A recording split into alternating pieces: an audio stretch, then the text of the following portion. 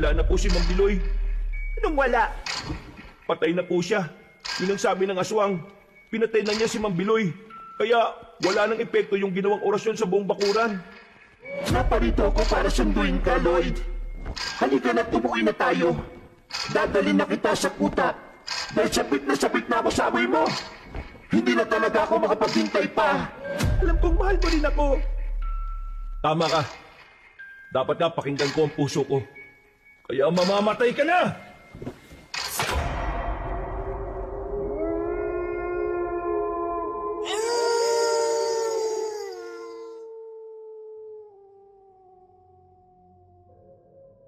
Pinagpalang araw sa inyo, kabanong, ganun din sa mga kabangers at sa ating mga kayanggaw. Itago niyo na lang ako sa pangalang Lloyd. Ako'y 20 taong gulang pa lang. Simula nang maaksidente ako, nagkaroon ako ng kakaibang kakayahan. Madalas ko itong napapansin.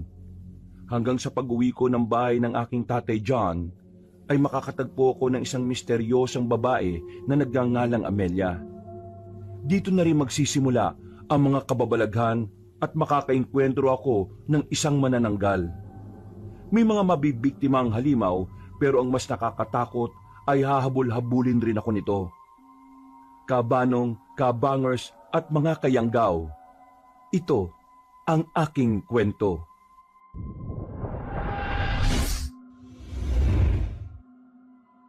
Bago nga pala magsimula ang ating kwento, sana'y mapindot nyo muna ang subscribe button at ang notification bell para lagi kayong nanonotify pag may bago tayong mga kwento. At huwag nyo rin kalilimutan mag-like at comment. Napakalaking tulong po ito sa ating channel para mas makapagatid pa kami sa inyo ng mga magaganda at mga nakakapangilabot na mga kwento. At ngayon, sa ating pagpapatuloy.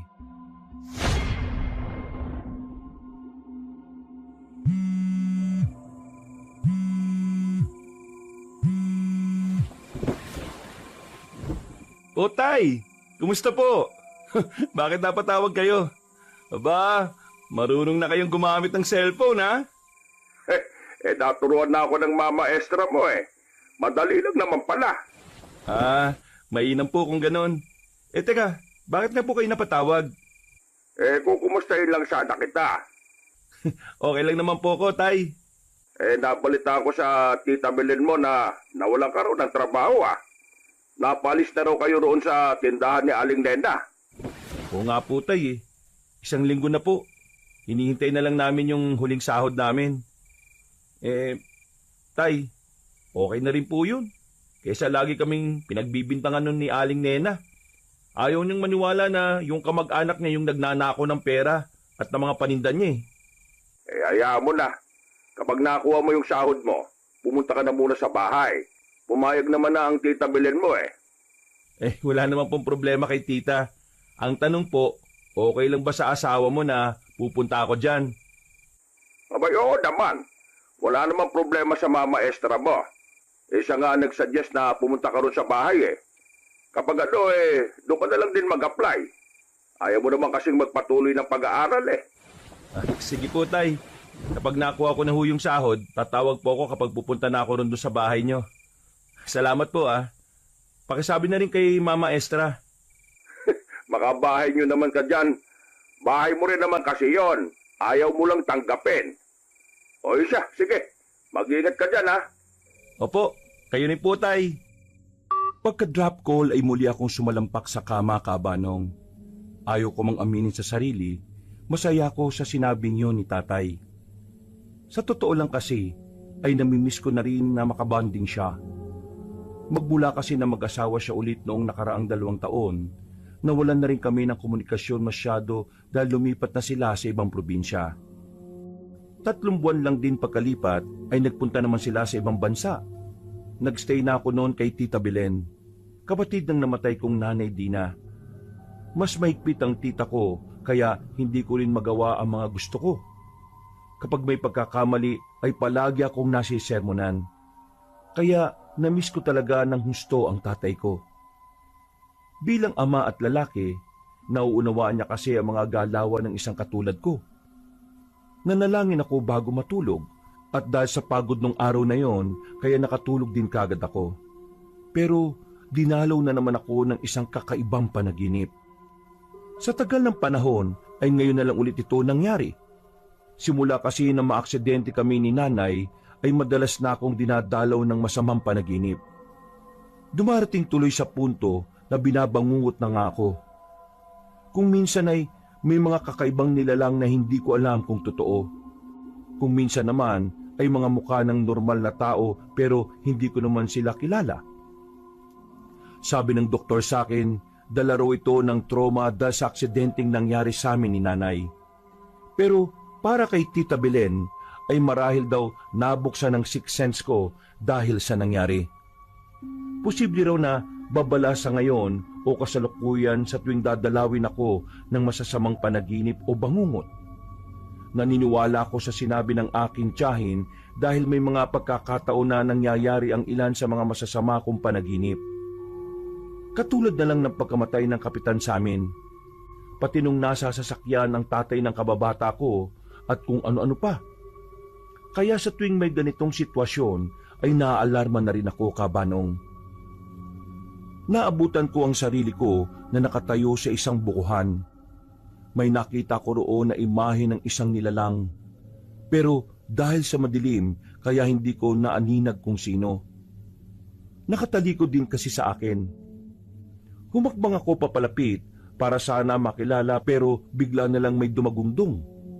Napalinga-linga ako sa paligid dahil dito. Pero alam ko na kapag nakakarinig na ako ng dagundong ay sinyalis na to ng masamang panaginip o bangungot. Kaya imbis na humakbang palapit ay umatras ako. At doon ay nakita ko ang namumulang mga mata ng nasabing nilalang. Ang mahaba nitong buhok ay kumalat sa ere.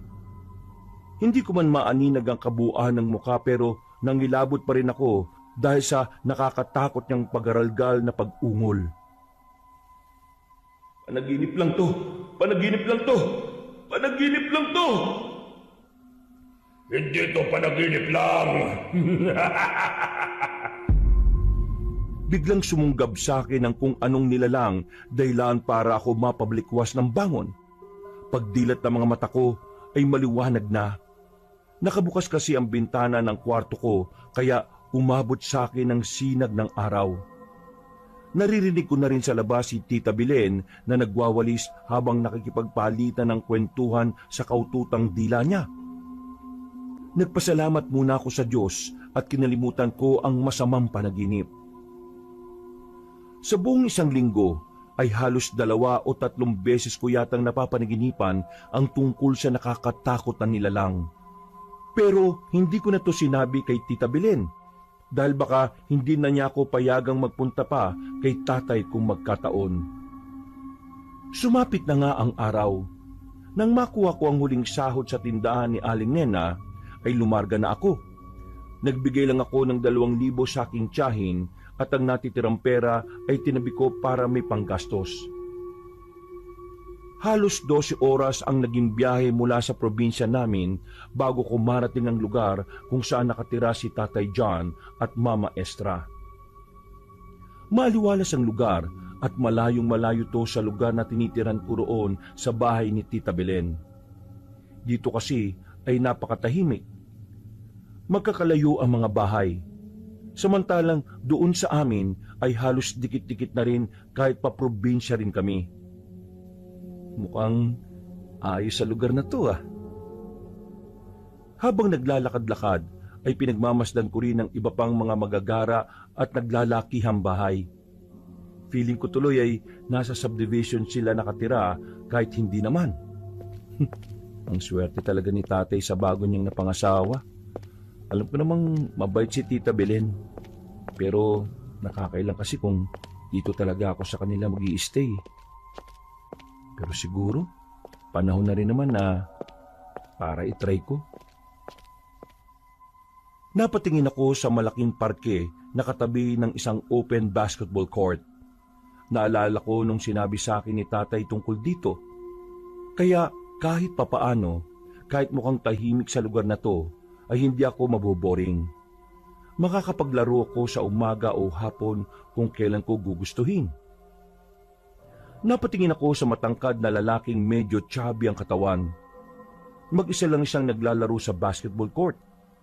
Nang mapalingon siya sa akin, ay nagdire-diretso na lang ako ng lakad hanggang sa mapadaan ako sa isang bakanting lote.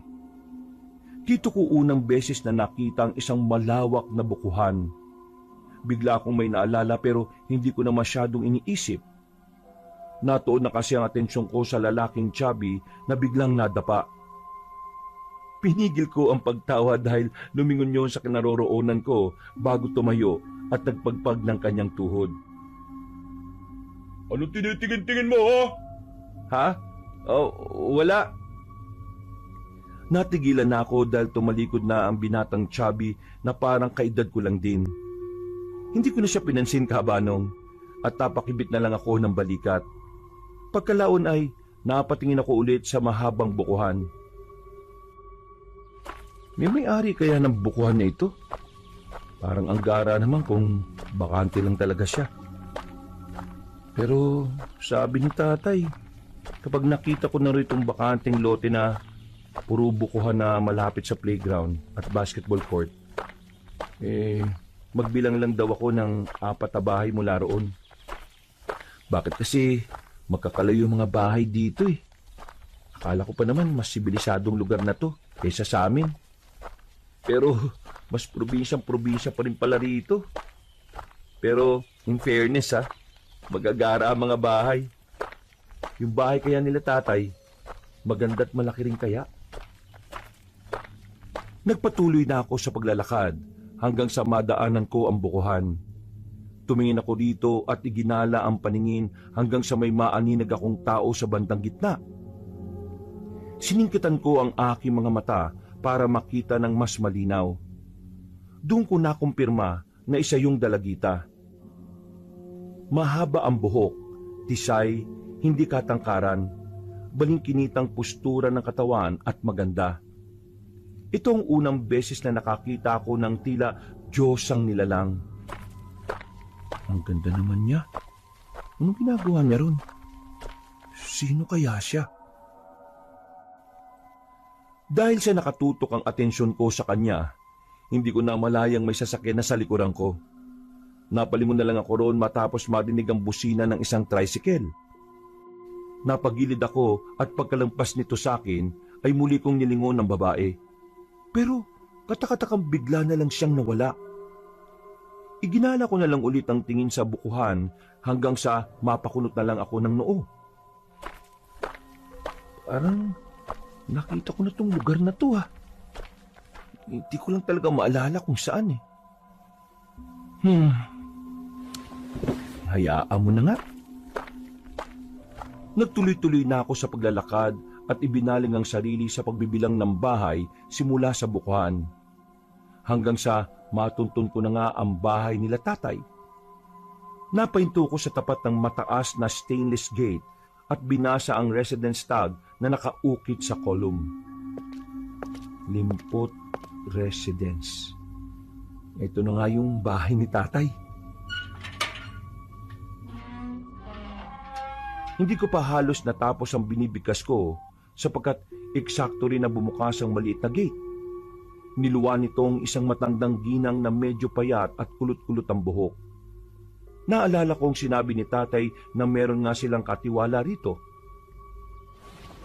Magandang umaga po. Kayo po ba si Manang Homes? Ay, oo. Ako nga yon, iho. Ako po si Lloyd Limpot. Anak po ako ni Tatay John Limpot. Sabi niya po alam niyo na po daw na darating ako. Ay, ikaw na pala yan. Ang aga mo palang dumating. Hindi ako nasabihan nila Jan at Estra. Mabutit na abutan mo ako.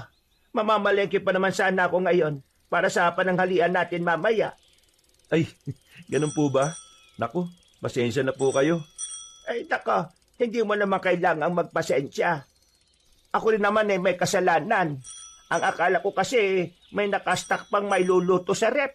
Wala na pala. Oh, halika na muna sa loob, iho. Maligayang pagdating sa'yo rito. Matagal ka na raw pinapupunta rito ng tatay Jan at mama Estra mo ah. Bakit ngayon ka lang napunta rito? Ha? Ano po kasi, may trabaho po kasi ako doon sa amin. Ngayon po kasi wala na. Dito na lang po ako mag-a-apply kung sakali. Nako iho, hindi mo naman kailangan magtrabaho kung tutuusin. Nasa ibang bansa ang tatay mo. At kung ako sa iyo pag-isipan mong bumalik ka na lang ulit sa eskwela. Oo nga ho Pinag-iisipan ko nga rin po talaga ulit yan. Ay, naku, si tatay talaga Kinuwento pa sa iba yung tungkol sa akin. Awit sa'yo, tay. Pagpasok ng bahay, ay kagad akong pinaupo ni Manang Homes at ipinababa na rin ang dala kong malaking bag. Welcome ka dito, anak ha. Maupo ka muna dyan at kukuha lang ako ng makakain pati maiinom mo saglit. Pasensya ka na at hindi ako nakapagluto ng almusal Ang akala ko kasi talaga mamaya ka pa darating. Naku, ayos lang po ako, Manang. Huwag na po muna kayong mag-abala sa akin. Nakapag-almusal naman po ako bago pumunta rito. Ay, ganun ba? Sigurado ka ha? Opo, promise po, cross my heart. Ay, sige. Ganito na lang. Ituturo ko sa iyo ang kwartong tutulugan mo. Tapos, magpahinga ka muna ron habang nasa palengke ako ha. Kung ayos lang sa iyo. Kung gusto mo naman, manonood ka lang dito sa sala habang naghihintay ka sa akin. Wala pong problema. Ay, salamat sa Diyos. Pasensya ka na talaga ha, pero huwag ka mag-alala dahil babawi ako sa lulutuin mamaya sa pananghalian at hapunan. Ano ba yung paborito mong ulam? Sinigang na hipon po at saka adobo sa gata. Yun po yung palagi niluluto sa akin ni nanay noon paborito rin yan ng tatay mo At lagi ko rin niyang niluluto rito. Ay siya, sige. Yan ang lulutuin ko para sa tanghali at sa gabi. Sige po, salamat po. O siya, maiwan na muna kita rito ha. Bahay mo naman to kaya huwag kang mailang. Gawin mo kung anong gusto mong gawin. Ilalak ko lang yung pinto dahil may susi naman ako. Kung sakali makatulog ka gigisingin na lang kita bago mananghalian. Sige po, Manang. Ingat po kayo sa biyahe ha. Sige, magpahinga ka na muna. Mamaya na lang tayo magkwentuhan. Pagkaalis ni Manang Homes ay naglibot-libot muna ako. Nakakamangha dahil talagang maganda ang nasabing bahay at kumpleto sa kagamitan. Medyo nalungkot lang ako dahil napakatahimik pala sobra. Masyadong tahimik pala sa lugar na to. Nakakamiss tuloy yung boses ni Tita Belen na maingay lalo na kapag umaga. Matawagan ko nga muna siya. Habang naglilibot sa unang palapag ng bahay, sinabi ko sa kanya na nandun na ako. Biniro ko pa nga siya na siguradong mamimiss ko ang pagbubunga nga niya dahil napakatahimik sa lugar na yon. Nang matapos na kami mag-usap, ay eksaktong paakyat na ako sa hagdan. Nalibot ko na rin kasi ang buong ground floor. Pagdating sa ikalawang palapag, ay dumiretso kagad ako sa sinasabing silid ni Manang Homes. Pagpasok ko doon, ay napawaw talaga ako habang nilalapag ang malaki kong bag. Pagkatapos ay dali-dali akong tumalon ng pasalampak sa kama. Grabe, saktong-sakto yung kama. Hindi sobrang tigas, hindi rin sobrang lambot. Para ako nitong nasa ulap Sarap matulog kapag ganito. Saglit akong napapikit subalit napadilat din kagad matapos makarinig ng tila mga nahulog na kung ano mula sa labas. Dahil dito ay dali-dali akong napalabas ng kwarto hanggang sa mapunta ako sa terrace ng second floor. Dito ay nakita ko ang isang maliit na flower vase na nabasag, kaya agad ko itong dinampot at nilinis. Nang makakita ko ng maliit na trash bin, ay inilagay ko yun doon. Pabalik na sana ako sa loob nang mapatingin ako sa bukuhan. Ayos kitang-kita pala rito yung bukuhan na yun. Sarap tuloy ng hangin Masarap ding magtambay dito Doon ko rin nakita yung babae kanina. Taga saan kaya yung magandang yun? Di na bale. Kung taga rito siya, siguradong makikilala ko rin naman siya kaagad. Bumalik na ako sa loob ng kwarto at nagpalit ng pambahay na damit. Pagkatapos ay bumaba na ako sa ground floor. Sa sala ako para manood muna ng TV. Nakakaboring din kasi ang pakiramdam na mag-isa. Naisip ko tuloy kung hanggang kailan ako magtatagal dito. Sanay pa naman ako sa mataong lugar at maraming kausap palagi. Naglipat-lipat ako ng channel at sa pagpapatuloy ng panonood ng TV, di ko na namalayang nakaidlip na pala ako. 10:30 na ng umaga ako nagising dahil sa ingay sa labas. Pagsilip ko sa bintana ay nakita ko ang iilang tao at isang tricycle na nakatigil doon. Nag-uusap-usap sila tungkol sa interesanting bagay kaya pasimple akong nakinig. Hininaan ko ang TV at napakunot ng noo sa aking mga nalaman. May nakita na naman daw patay? Na naman? Ikalawa na raw ito ngayong buwan? Ano yun? May mamamatay taong gumagala sa lugar na ito? Naku! Pag-alis ng mga taong yon, sakay ng tricycle ay nilakasan ko ulit ang TV. Pero nakarinig na naman ako ng ingay sa likod ng bahay. Tumayo ako mula sa pagkakahiga sa malambot na couch. Saka marahang naglakad at dumungaw sa bandang kusina. Doon ko biglang naisip ang tungkol sa mamamatay taong narinig ko kanina dun sa usapan. Nangilabot tuloy ako kabanong pero nagtungo pa rin ako sa kusina para makasilip sa likod ng bahay. Nakita kong ilang gamit sa kusina na nasa sahig kaya isa-isa ko itong dinampot. Iginala kong tingin hanggang sa madako ito sa half-screen, half-aluminum screen door na umuwang ng kaunti at parang merong lumabas mula roon.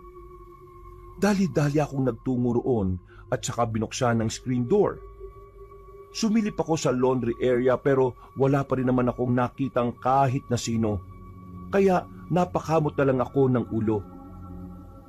Medyo mababa lang ang bakuran sa likod ng bahay, kaya kita ang ilang kapunuan sa labas at bahay ng kapitbahay namin na medyo may kalayuan. May nakita kong naglalakad na babae mula sa hindi kalayuan. Napakunot noo ako habang pinagmamasdan yon. Siya yata yung babaeng nakita ko sa bukuhan na. Nagtuloy-tuloy na siya hanggang sa hindi na maabot ng paningin ko. Nang pabalik na ako sa loob, eksakto na nakarinig ako ng doorbell. Sinundan to ng pamilyar na boses. Hindi ko lang din matandaan kung saan ko narinig. Umikot na ako at di na pumasok sa loob. Pagdating sa harap ng gate, mula sa ilalim ay naaninag ko ang anino at paa ng isang tao. Kaya binuksan ko kaagad ang maliit na gate. Tumambad sa paningin ko ang lalaking chubby kaninang nadapa. Tila nagkailangan kami dahil hindi rin niya inaasahan na ako ang bubungad sa kanya. Ikaw pala yan? Dito ka pala nakatira? Sorry kanina kung nasigawan kita. Naku, ayos lang yun. Ano pala yung bitbit mo, pre? Ito? Pinahatid ni Manang Homes. Magkausap pa sila ni Inay dun sa kanto eh. Sige, salamat, pre. Ano nga palang pangalan mo? Ako nga pala si Lloyd. Cruz. Cruz ang pangalan ko. Bago lang ako dito eh. Obvious naman eh. Ngayon na kita nakita eh. Ang pangit pa ng pagtatagpo natin. Oo nga eh. Pero ayos lang yon. So, goods na tayo ah. Oo naman. Naglalaro ka ba ng basketball? Minsan, laro tayo kung hindi ka busy. Oo, sige. Pero hindi ako magaling ah. Ako rin naman eh. Laro-laro lang naman. Shooting-shooting, pampapawis. Nadaan mo naman yung basketball court, di ba? Doon sa malapit doon sa bukuhan. Oo. Tuwing anong oras ba kayo naglalaro doon? Minsan, umagang-umaga, mga alas 6 o alas 7. Minsan naman hapon. Mas marami kapag hapon. Mamaya, pwede kang pumunta. Oo, sige. Subukan ko mamaya. O paano? Alis na ako ha. Baka hinihintay na lang din ako ni Inay eh. Sige Lloyd. O sige, Cruz. Salamat ulit ha. Pag-alis ni Cruz, isinara ko kagad at ikinandado ang maliit na gate. Saka nagtungo sa kusina para ilagay sa center table ang bitbit na eco bag. Napasilip ako sa bintana sa labas at nakita ko na naman ang misteryosang babae na naglalakad naman pabalik kung saan siya galing kanina. Napapakunot ako ng noo habang pinagmamasdan yun. Bakit naman parang palakad-lakad yung babaeng yun? Nang mawala na siya sa paningin ko, ay bumalik na ako sa sala para manood ulit. Makalipas ang ilan pang minuto ay narinig ko nang bumukas ulit ang gate. Kasunod nito ay pumasok na si Manang Homes.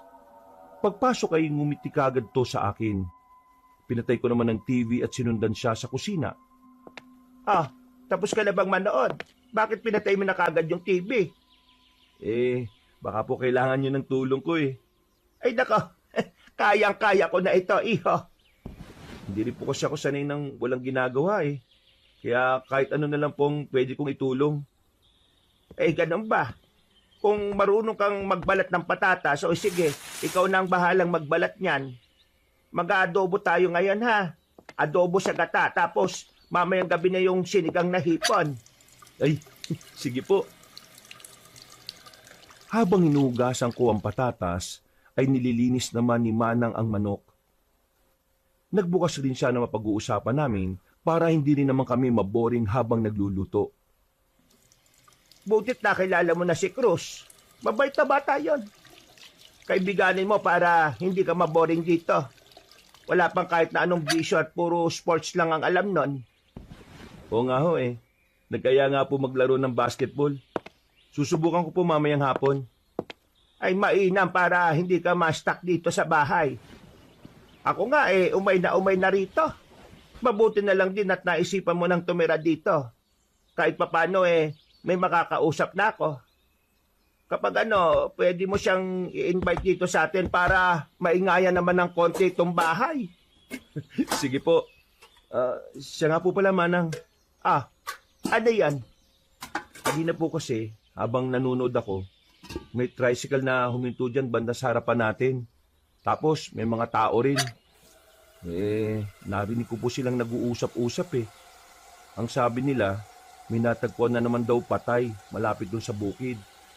May bukid pa po palang malapit dito sa atin. Tapos, ang sabi, pangalawang beses na raw po yun ngayong buwan na ito. Ay, doon yung bukid sa kabilang dulo. Kapag dinare-diretso mo pa yung daan dyan pakaliwa. Tungkol doon sa sinasabi nilang namatay na 2 beses na yung buwan. Yung narinig mo, Lloyd. Medyo nakakaalarma na nga eh. Kaya nagtagal din ako sa pakikipag-usap kay Donna. Yung nanay ni Cruz. Kasi konsehala yun dito sa atin.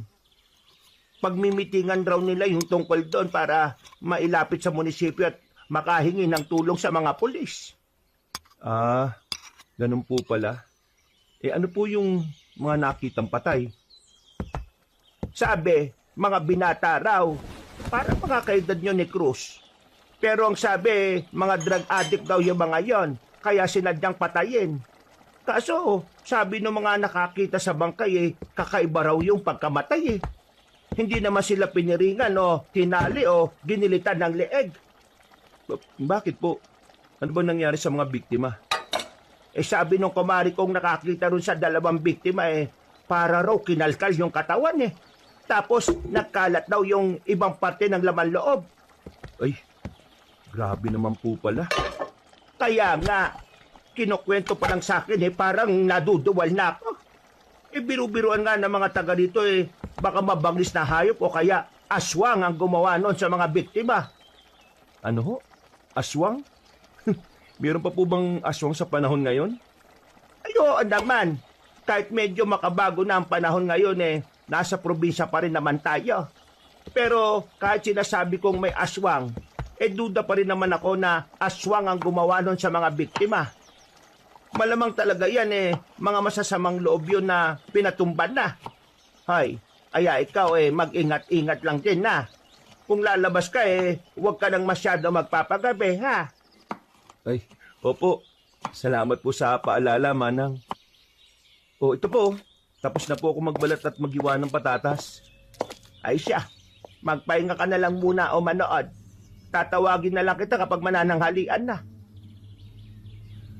Pagkatango ay umihi muna ako sa CR bago bumalik sa sala para libangin ang sarili sa panonood. Makalipas ang ilang pang oras, nang matapos na sa pagluluto si Manang Homes, ay narinig kong nag-ring ang cellphone niya. Pagkatapos noon ay nagpaalam siya sa akin saglit dahil may pupuntahan lang sa kapitbahay. Sinabihan niya rin ako na kung gusto kong kumain ay pwede na akong mauna.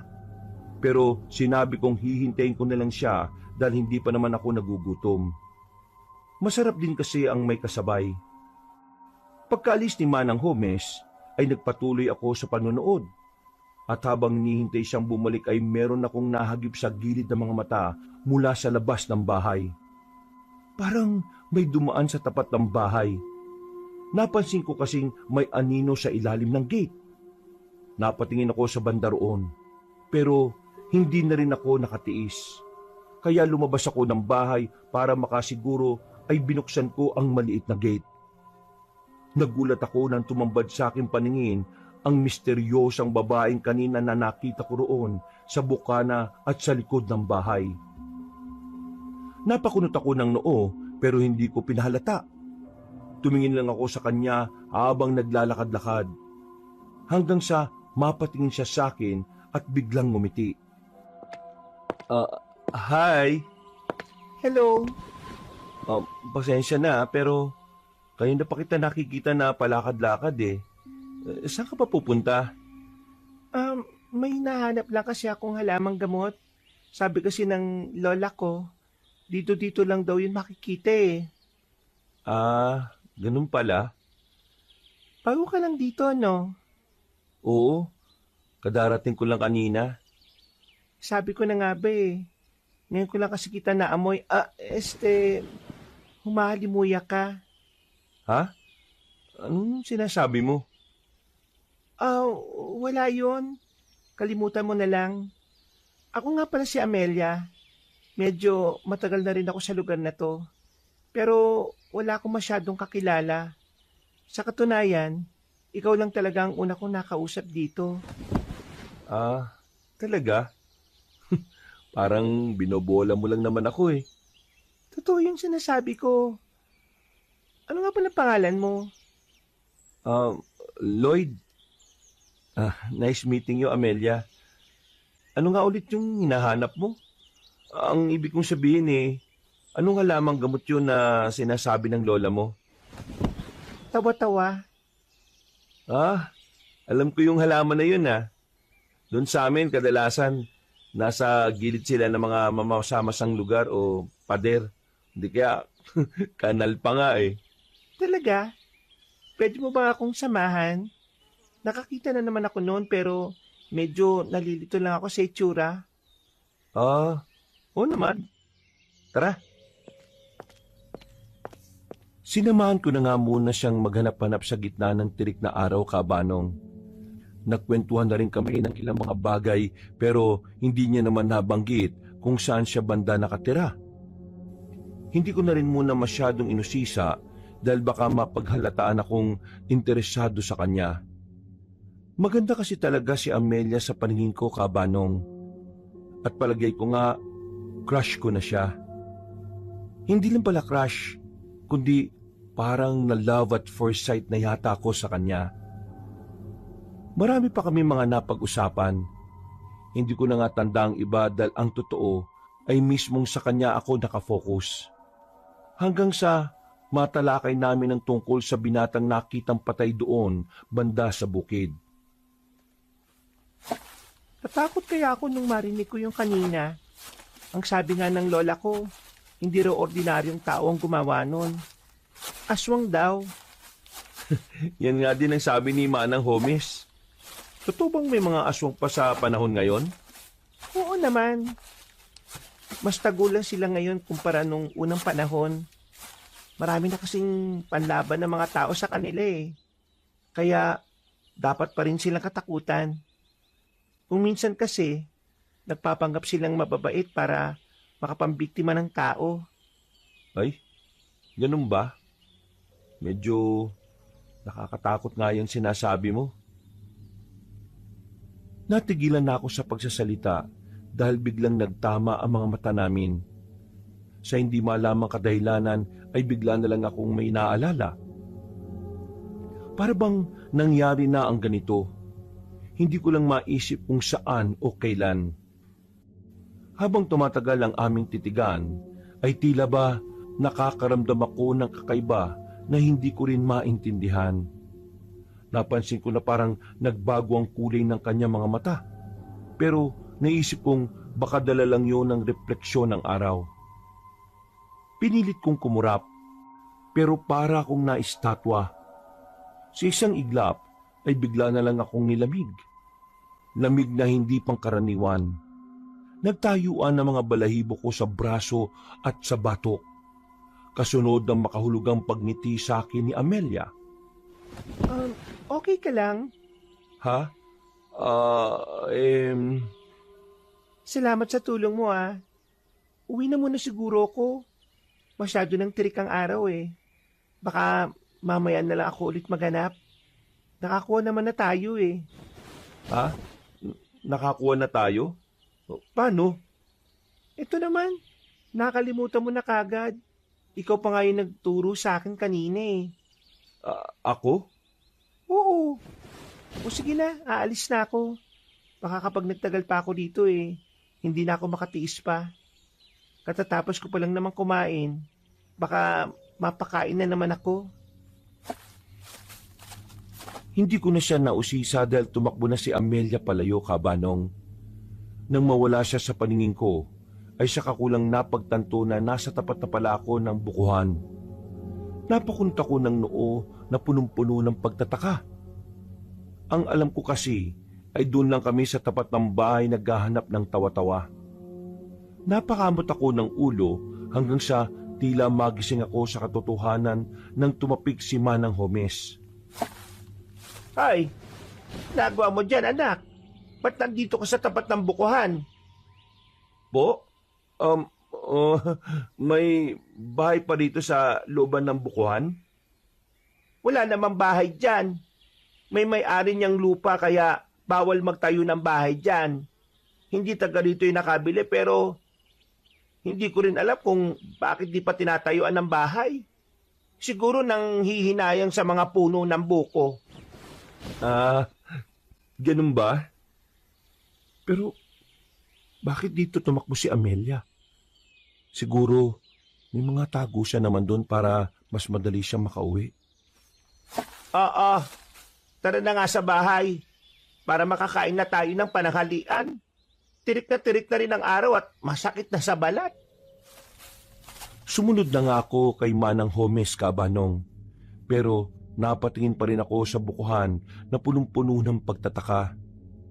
Habang papasok sa loob ng bahay, ay napapaisip pa rin ako dahil sa kakaibang pakiramdam nung nagkatinginan kami ni Amelia. Ganito ba talaga kapag na love at first sight?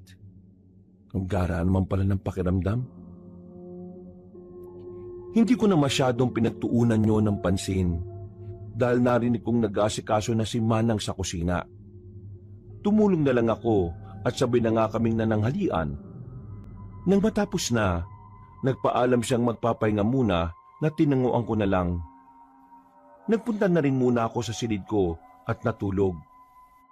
Medyo inaantok din kasi ako pagkatapos ng masarap na pananghalian. Sa hindi inaasahang pagkakataon ay nanaginip na naman ako patungkol sa lugar na to. Pagkadilat ng mga mata ko ay doon ko na nga naalala ang tungkol kay Amelia. Yung bukuhan na yun, dito pala yun sa lugar ng tatay ko. Pero si Amelia, imposible naman na siya yun yung parang demonyo na nakikita ko. Posible kayang nasa alanganin ng buhay niya? Naku, wag naman sana. Pasado 4:00 ng hapon, nagpaalam ako kay Manang na pupunta lang ako sa court para maglaro ng basketball. Pumayag siya kaya gumayak na kagad ako. Mabilis ako nagtungo sa nasabing lugar. At nang muling mapadaan sa bukuhan ay saglit akong napahinto at napatingin ulit dito bago magtuloy-tuloy. Naabutan ko na nga ron si Cruz na naglalaro. Nang makita niya ako, ay tumigil siya at pinakilala ko sa mga kaibigan niyang sina Juan at Andel. 5:30 nang matapos kami sa paglalaro.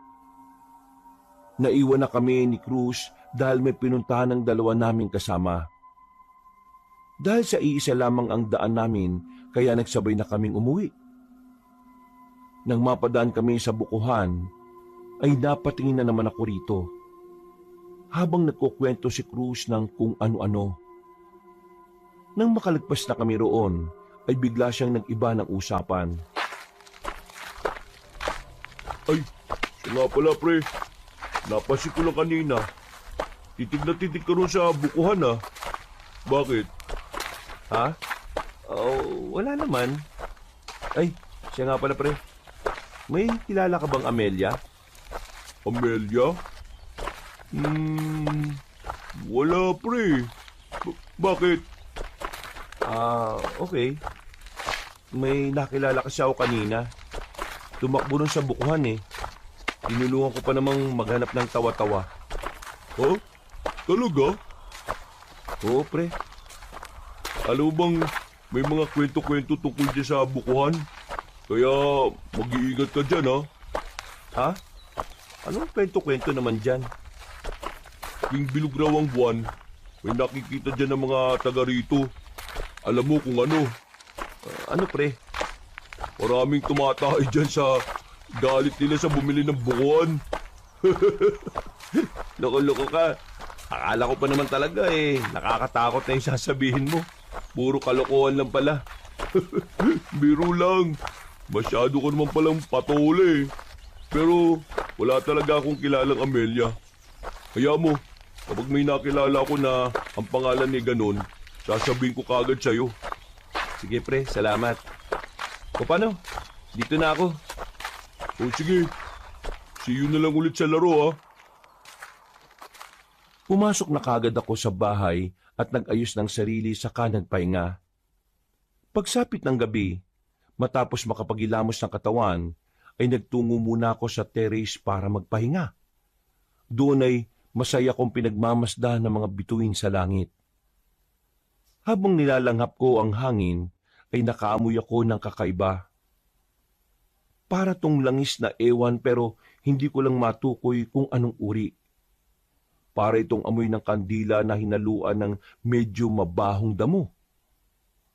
Pero di ko na yun masyadong pinansin. Naupo na ako sa bench at saka nag-selfie gamit ang may kalumaang cellphone.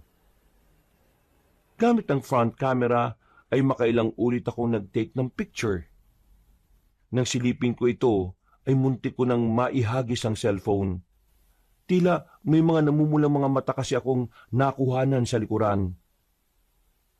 Pagtingin ko sa likod, nakahinga ako ng maluwag dahil pusang itim lang pala na nakatambay sa terrace na stainless steel grill. Walang iyang pusa to. Aatakin pa ako sa puso dahil sa mingming eh. Sinuway ko ang pusang itim kaya tumalon ito sa terrace na ikinagulat ko. Pero mas lalo akong nagulat dahil bigla na lang may lumipad na kung anong malaking ibong itim palayo mula sa tinalunan ng pusa. Nang mawala ang nasabing ibon, ay napatingin ako sa tinalunan ng pusa. Saka ko lang na-realize na mataas pala yun. Hindi ko na rin nakita ang nasabing hayop kaya bigla kong kinabahan. Teka, yung pusa ba yun na nagpalit ng anyo bilang ibon? Nakang tokwa, nakang teteng. Ayaw ko na nga rito. Baka totoo yung sinasabi ni Mang Homes na may aswang ngayon dito sa lugar nila. Kinandado ko kagad ang pinto sa terrace. Pagkatapos ay bumaba muna ako at nagpunta sa kusina para uminom ng tubig bago matulog.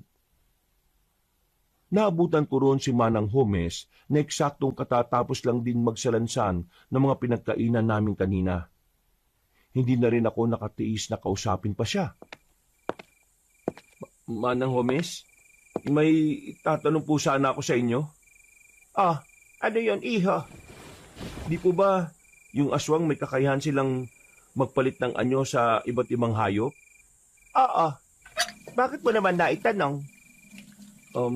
Ano po kasi, may nakita akong pusa kanina sa terrace. Tapos, nung sinuway ko, tumalon. Tapos po naging malaking ibon na itim. Ay! Diyos ko po. Totoo ba yan? Opo napicturean ko nga po yung pusa. Ito po. Nang maipakita ko ang larawan, ay takot na nag-sign of the cross si Manang Homes. Pinayuhan niya rin ako na burahin ang picture na sinunod ko kaagad. Pagkatapos ay inaya niya ako magpunta sa altar para magdasal. Higit 15 minutos din kaming naroon at nang matapos na ay pinayuhan niya ako na mag-lock ng mga bintana. Hindi na ako masyadong nagtanong pero ramdam ko sa pananalita at kilos niya ang takot. Dito ko lang din naalala ang payo sa akin ng tatay ko nung nakaraan na palaging sumunod sa mga bilin ni Manang Homes. Dahil nga sa mapamahiin na matandang kasambahay. Katulad ngayon, bago matulog ay naglagay ako ng asin sa bintana ng aking kwarto. Kinabukasan, eksakto 6:30 ng umaga. Matapos makapagilamos ng muka, ay bumaba kagad ako sa kusina para mag-almusal. Pagdating ko roon ay nakita kong may kasama na si Manang Homes na pinakilala sa akin bilang si Manong Biloy. Naunawaan ko kagad kung anong pakay ng may edad na Ginoo dahil sa itsura niya. At maya-maya pa ay naglabas na siya ng isang sanga na may tuyong dahon.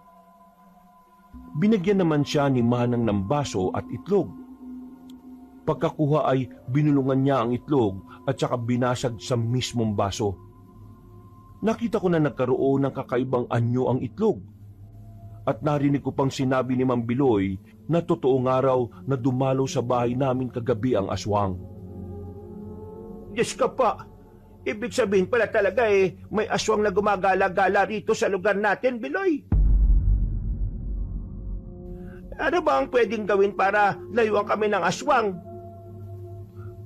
May kinuha ang albularyo sa luma niyang bag na pulseras na may Carmen de Guerra na nakapendan. Binigyan niya kami tig-isa at pagkatapos ay nagpatuloy na siya sa kanyang ginagawa. Halos kalahating oras na tila nag-uorasyon ng Ginoo sa loob ng bahay at bakuran. Pagkatapos ay pinamerienda siya ni Manang Homes at binigyan ng kaunting pera bago umalis. Kampante na ako ngayon na hindi na tayo dadalawi ng aswang. Ganun po ba yun? Importante na pinadadasalan natin ang orasyon ng mga bahay para maitaboy ang mga masasamang elemento. Kasama na ron yung aswang at iba pa.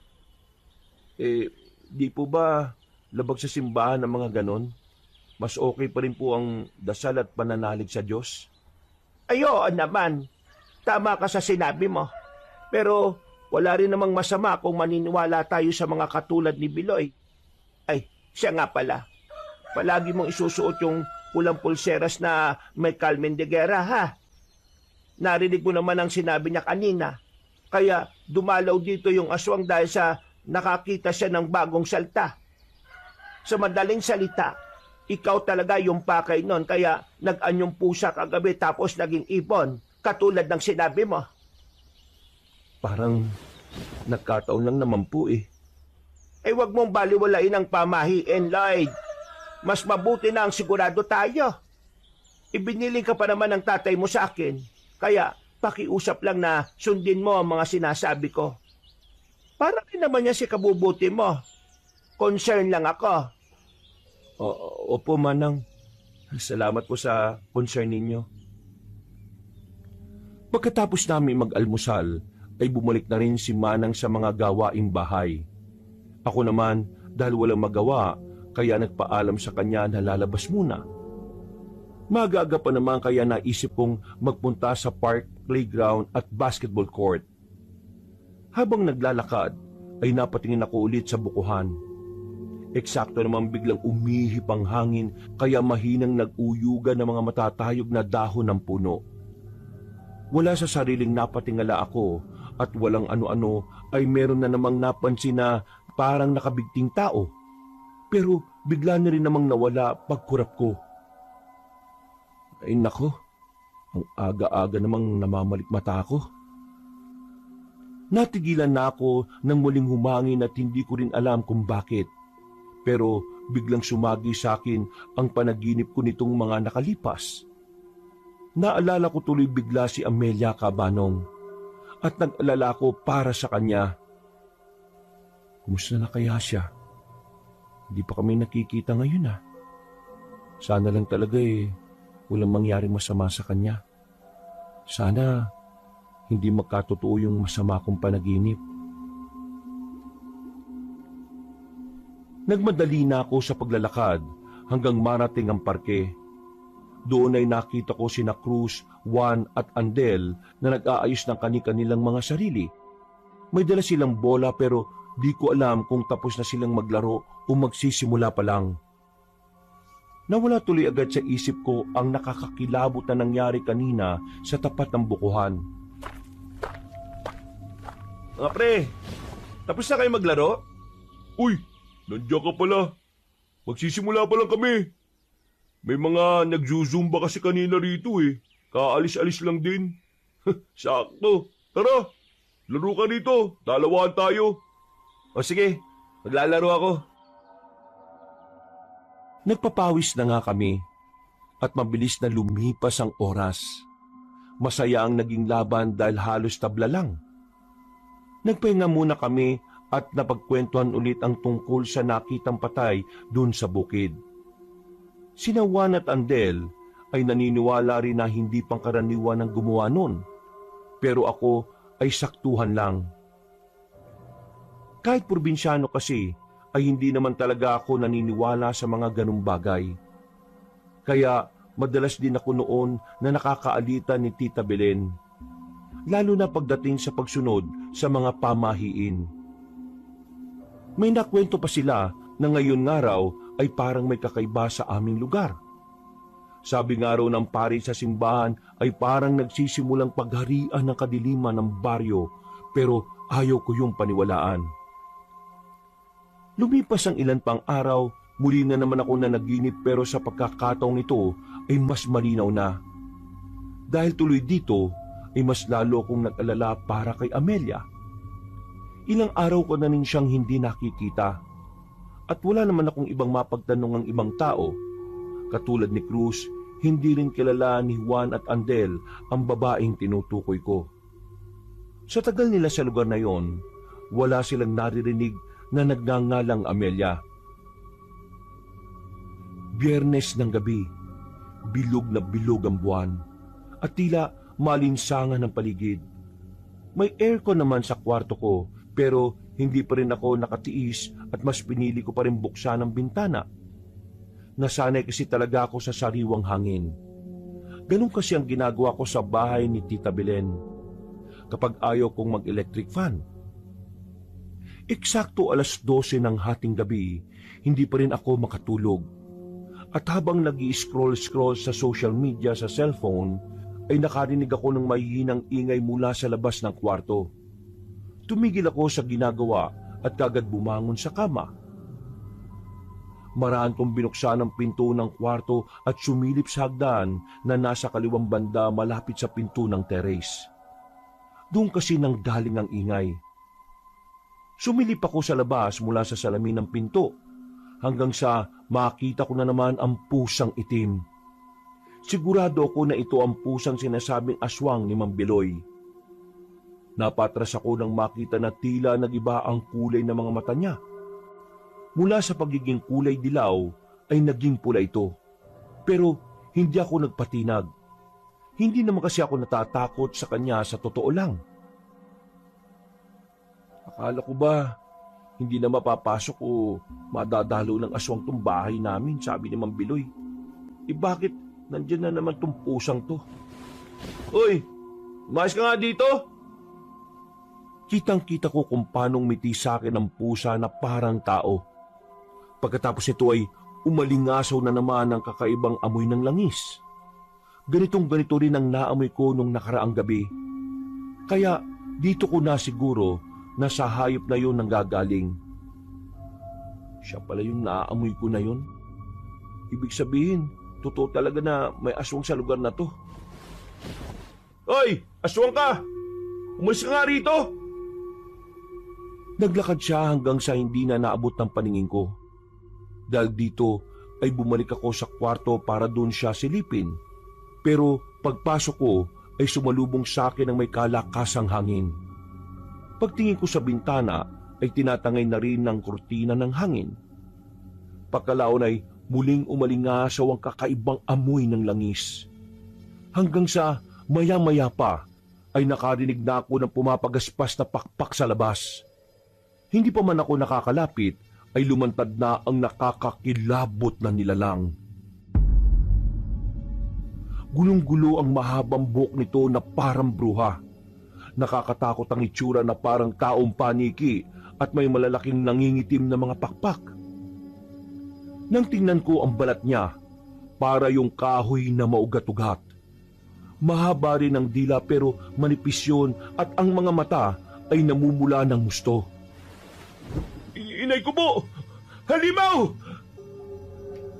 Nagkampay yun ng pakpak kaya napatras ako. Lalo na nang sinubukan itong pumasok mula sa bintana. Mabuti na lang ay malaki ang pakpak nito kaya hindi nagkasya. Hindi ko pa man suot ang pulang polseras na may Carmen de Guerra. Ano bang kailangan mo sa akin, ha? Umalis ka na! Umalimuyak ang amoy ng dugo mo. Napapalaw na ako sa iyo, Lloyd. Ha? Teka, paano mo ako nakilala? Importante pa bang malaman mo yon? Papasukin mo ako at ang matikman na kita. Hindi ka pwedeng pumasok. Sabi naman Biloy, hindi ka na raw makakadalaw dito dahil sa orasyon niya. Oo, tama siya. Hindi na makakatungtong ang kahit na sinong alagad na kadiliman sa bakuran ninyo. Maliban na lang kung mamamatay na mismo ang nagsagawa ng orasyon sa lugar na ito. Ha? Anong ibig mong sabihin? Huwag mong sabihin. Oo, tama ang naisip mo, Lloyd. Pinatay ko na ang walang yang yon na sagabal sa plano ko. Ilang araw ko na rin siyang minamanmanan hanggang sa makakuha ko ng tiyempo. Ngayon, wala nang makakapigil sa akin. Takam na takam talaga ako sa iyo. Manang Gomez! Tulong! Nandito yung aswang! May halimaw dito! Tulong! Galit na nagpumilit pumasok ang nakakatakot na aswang. Subalit dumating na rin si Manang Gomez. Gulat na gulat din siya nang makita ang halimaw. At mabuti na lang ay handa rin siya. Kaganyang sinaboy ang asin na may basbas na galing sa simbahan. Pinayo kasi ito ni Mang Biloy nung nakaraan. Sa pulang aswang sa muka, pakpak at ilang pang bahagi ng katawan. Biglang umusok ang katawan niya at nalusaw na parang asido ang tinamaang parte. Dahil dito ay napaangil ang halimaw sa galit. Isang nakakapangilabot na along ang umalingaw-ngaw sa buong paligid. Susugod pa sana ito sa amin pero muling nagsaboy si Manang Gomez. Kaya wala na itong mapagpilian kundi ang lumipad palayo. Dali-dali ko namang isinara ang bintana at kinandado. Saka napatingin sa kasambahay na tila gulat na gulat din. Aswang ba talaga yon? Opo, yung halimaw po na yun ang pusang itim. Manang, nakita ko siya sa terrace bago magpalitan nyo bilang aswang eh. Sabi ko naman sa iyo, huwag mo nang bubuksan ang bintana, Lloyd. Nakasara naman po ah. Kasasara mo lang talaga. Ay teka, katuntong ulit yung halimaw na yon dito sa bakuran natin. Nag-orasyon na dito si Biloy ah. Wala na po si Mang Biloy. Anong wala? Patay na po siya. Yun ang sabi ng aswang. Pinatay na niya si Mang Biloy. Kaya wala nang epekto yung ginawang orasyon sa buong bakuran. Matapos kong ipaliwanag ang nangyari, ay merong kagad tinawagan si Manang Gomez. Ito'y para kumpirmahin kung totoo ang aking sinasabi. Habang nakikipag-usap siya sa kabilang linya, tinawagan ko rin muna si tatay para ipaalam ang nangyari. Gulat na gulat sila ni Mama Estra at hindi makapaniwala sa ikinuwento namin ni Manang. Ramdam ko ang matinding pag-aalala ng tatay ko sa akin. Pero sinabi ko lang sa kanya na ayos lang ako at kaya ko ang sarili ko. Alam kong sa ganoong paraan, kahit papaano ay mababawasan ang pag-aalala nila sa ibang bansa. Sinabi ko rin kay Tita Belen ang tungkol dito. Pareho rin sila ng naging reaksyon ni tatay. Pinauwi pa nga ako roon pero ayaw ko namang iwan si Manang. Baka kasi siya pa ang balikan ng aswang at patayin. Siguradong hindi ko mapapatawad ang sarili ko kapag nangyari yon. Kinabukasan ay kumalat nga kagad sa baryo ang nangyari kay Mang Biloy. Totoo nga na namatay siya sa karumal-dumal na paraan. At sigurado kami na ang aswang na umatake sa bahay ay ang gumawa nito sa kanya. Lumaganap din kagad sa baryo na sinugod kami ng aswang, kaya marami tuloy ang mga osyosero at osyosera na panay punta sa bahay. Nakikipag-usap sila lagi kay Manang Homes para lang makakuha ng mapagchichismisan. Ilang araw pa ang lumipas. Makailang beses nang naganap si Manang Homes ng albularyo pero walang nagtangka na orasyonan ang bahay namin. Natatakot kasi sila na baka sapitin din nila ang sinapit ni Mang Biloy. Mabuti na lang din at hindi pa rin nagpapakita ang aswang pagkatapos ng gabing yun. Kaya kahit papaano ay kampante pa rin kami sa bahay. Sa tansya kasi namin ay napuruan ng aswang matapos siyang masapul ng asin na may bendisyon galing simbahan sa muka, pakpak at iba pang bahagi ng katawan. Madalas din kasing nag-i-sleep over sa amin ngayon sina Cruz, Juan at Andel. Pinatatauhan din talaga ang bahay para maiwasang maulit ang nangyari. Balak na rin pabindisyonan ulit ang buong lupa, pero wala pa sa ngayon ang pari, kaya naghihintay-hintay pa kami. Sumapit na naman ang isang linggo, Biyernes ng gabi at magkakasama kami sa kwarto ni na Cruz, Juan at Andel. Nakasara ang bintana at meron asing nakabindisyon sa gilid. Kampante kaming lahat sa pag-aakalang hindi mapapasok ng aswang ang silid. Tulog na tulog ang mga kasama ko nang makarinig ako ng ingay. Ayaw ko sanang lumabas ng kwarto pero nag-aalala ako kay Manang Homes. Bumaba ako sa ground floor dahil doon ko narinig ang ingay. Ang akala ko nga ay si Manang lang yon, pero hindi pa rin naaalis sa isip ko ang pangamba. Dahil din dito, ay lagi ko na rin tuloy suot ang pulang pulseras na may pendant na Carmen de Guerra. Para rin makasigurong may panlaban, dinala ko ang baseball bat. Habang palapit ako ng palapit sa kusina, ay mas lalong lumalakas ang ingay. Kaya mas lalo rin akong kinakabahan. Pero syempre, tinatapangan ko pa rin kahit ang totoo ay nakakatakot. Manang Homes, ikaw po ba yan? Habang nasa sala, nagpalinga-linga muna ako sa paligid bago marahang naglakad papunta sa pintuan ng kusina. Pagdating doon ay saglit akong tumigil at sumandal. Bigla na lang kasing tumahimik ang paligid. Kinutuban ako na baka natunugan na ako ng kung sino mang nilalang na naroroon. Habang nagpipigil ng sarili, may pitong hinawakan ng magkabilang kamay ang lumang bat. Nagbabaka sakali na lang din ako na sana ay panaginip lang ito ng gabing yon. Lloyd, ano ba itong ginagawa mo? Nagtatapang-tapangan ka. O pwede mo namang gisingin ng mga kasama mo dito ngayon eh. Bakit mag-isa kang pumupunta dito sa kusina? Ano ko ba?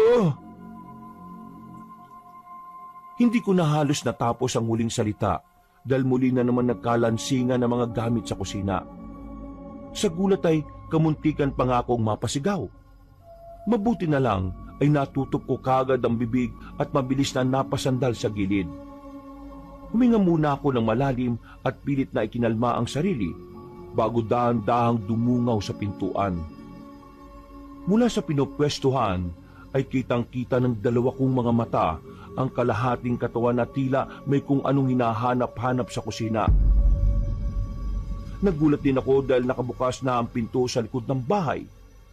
Pagbukas ko ng ilaw, ay dito na nga tumambad sa akin ang itsura nito.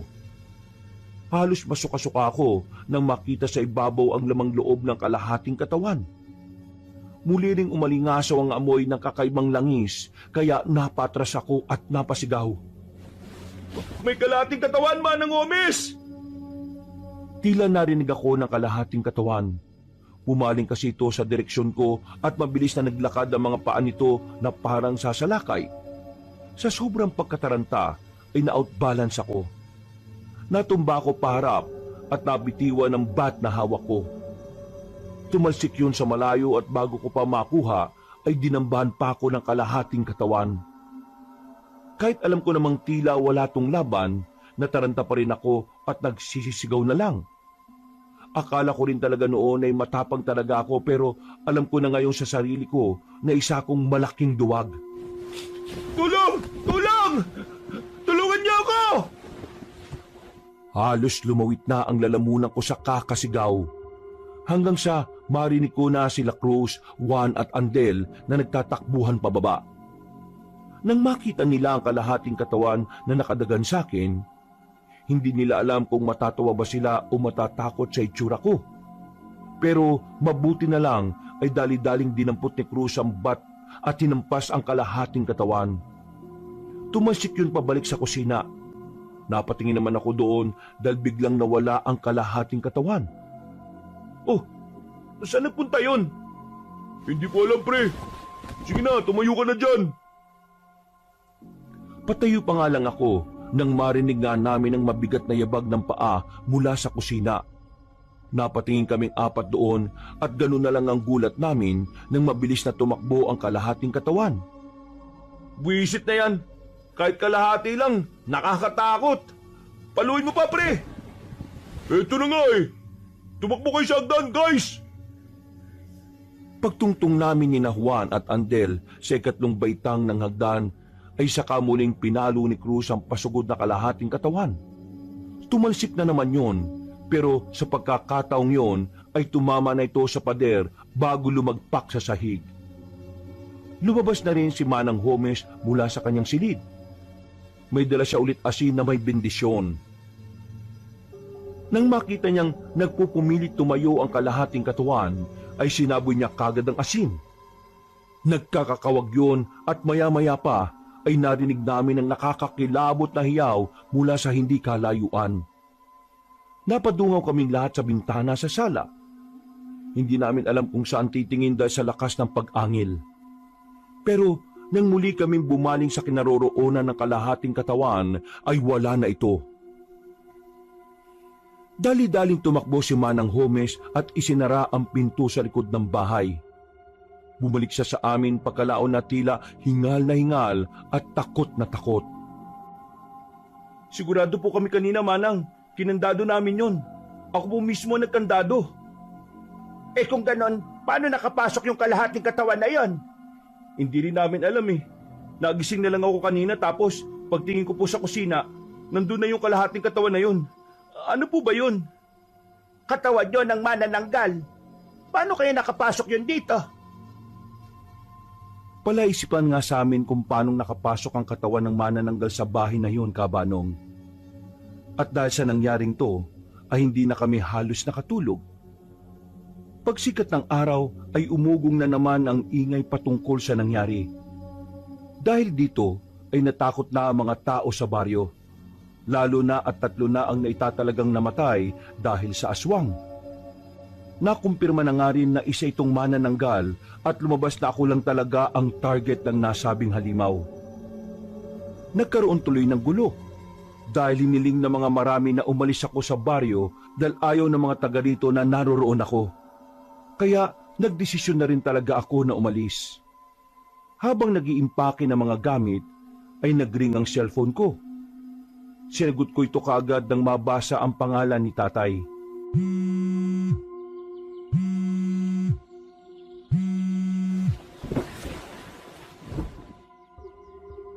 Tay, magandang araw po rito at magandang gabi dyan.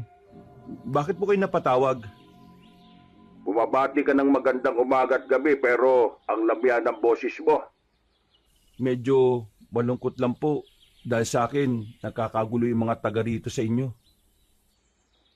Pagpasensya mo na mga taga dyan, anak. Intindihin mo na lang dahil natatakot sila sa nangyayari. Pero kung nandyan lang kami ng Mama Estera mo, hindi ka namin hahayaang ipagtabuyan ng mga taga dyan. Nakakainis lang din sa parte ko eh. Bilang tatay mo, wala man lang ako magawa. Wag niyo na pong pakaisipin yun, Tay. Ang mahalaga po okay naman ako. At saka po, para na rin to sa ikabubuti ng lahat. Ang gwapo mo kasi anak eh. Kaya pati manananggal nahabol-habol ka. Si tatay naman, ng asar pa. Ang dami namang makakagusto sa akin. Bakit yung aswang pa? Pinapagaan ko lang ang pakiramdam mo, anak. Para naman hindi ka malungkot sa pag-alis mo dyan. Ang totoo nga niyan naiinis ako sa sarili ko. Ako ang nagpilit-pilit sa iyo na magpunta dyan tapos ganito ang nangyari. Pakiramdam ko tuloy kasalanan ko. Tay, wag niyo na pong sisihin ang sarili niyo. Ayos lang naman ako. Gusto ko rin naman pong pumunta rito Nagkataon lang po talaga na, sabi niyo nga po, nagustuhan pa ako ng isang manananggal. Mas okay sana kung si Amelia na lang ang nagkagusto sa akin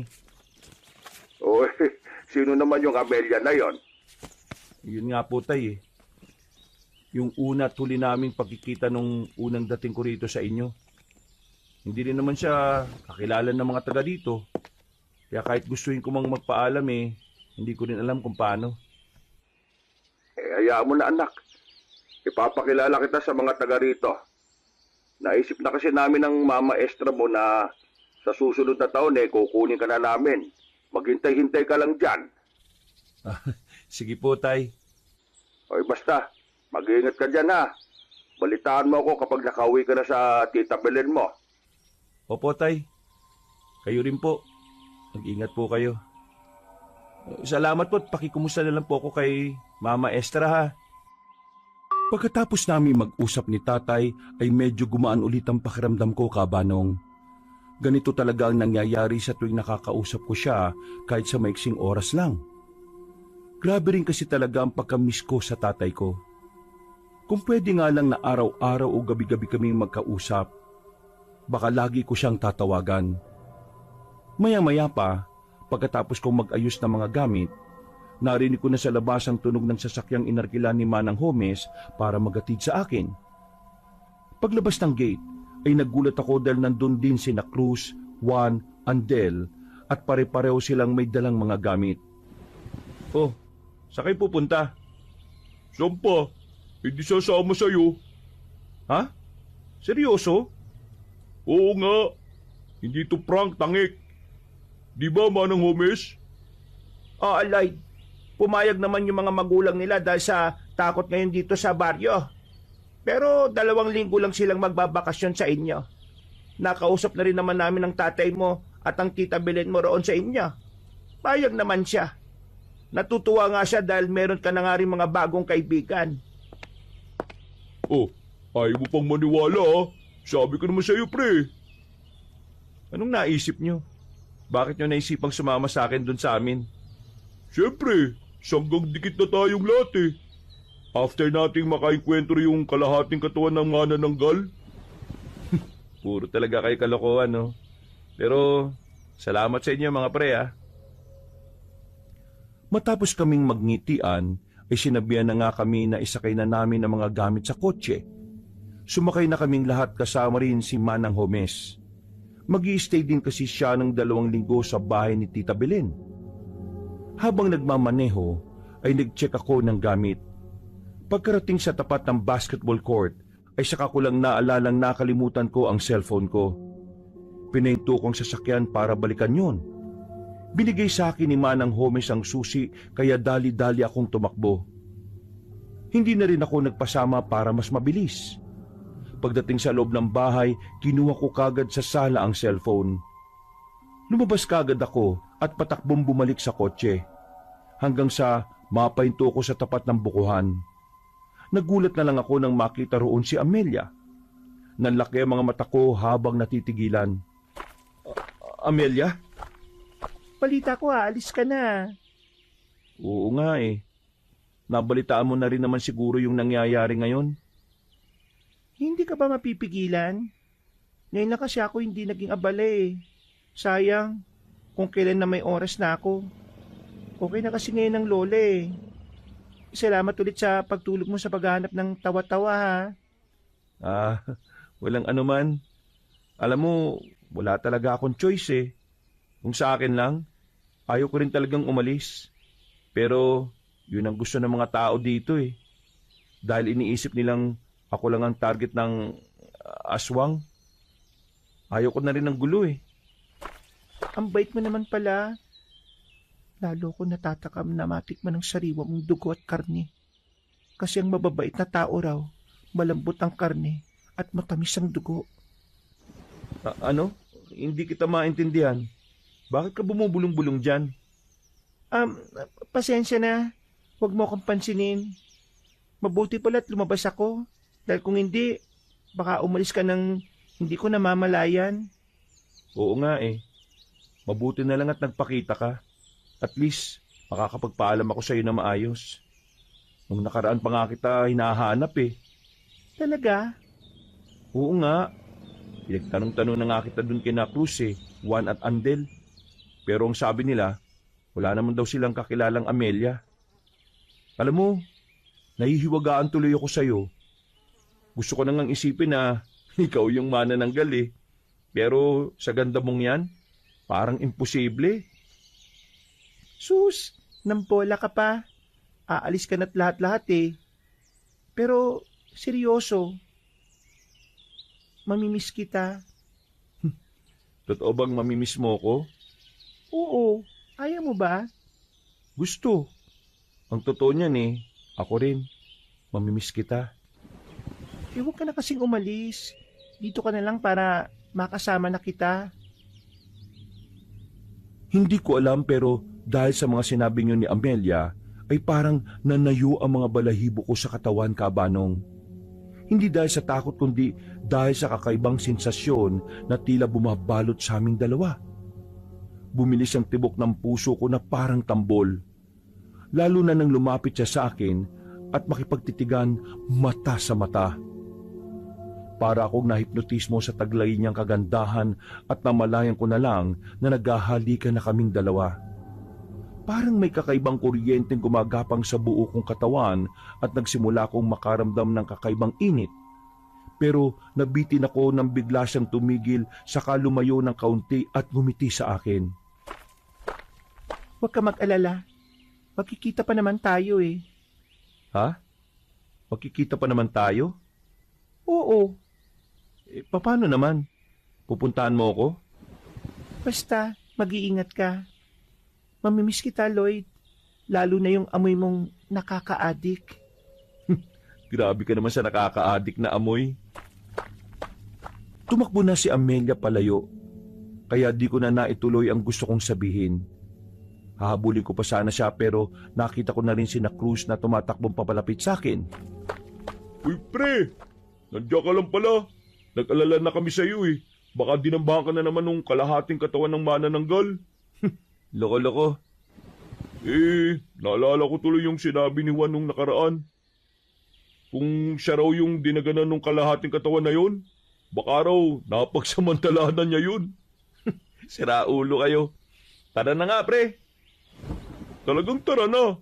Ikaw na lang talaga hinihintay eh. Tumakbo na kami pareho papuntang sasakyan. Sa pagkalaon ay nagbiyahe na kami pabalik sa bahay ni Tita Belen. Matapos ang ilang araw naming pagbabalik sa bahay ni Tita Belen, masasabi kong naging payapa rin ang lahat. Walang kahit na anong kakaibang pangyayari. Walang maalingasaw na amoy ng kakaibang langis.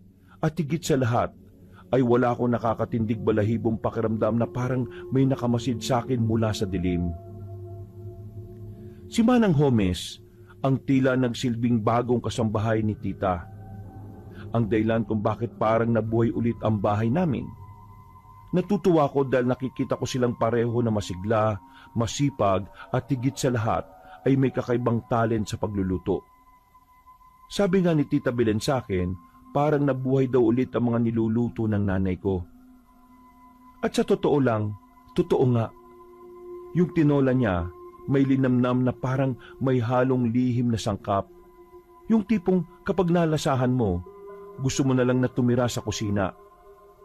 Si tita nga na halos araw-araw ngumingiti habang kumakain, bihirang-bihira yun mula nang mamatay si mama. Kaya pinagpapasalamat ko rin na sumama sa akin si Manang Homes.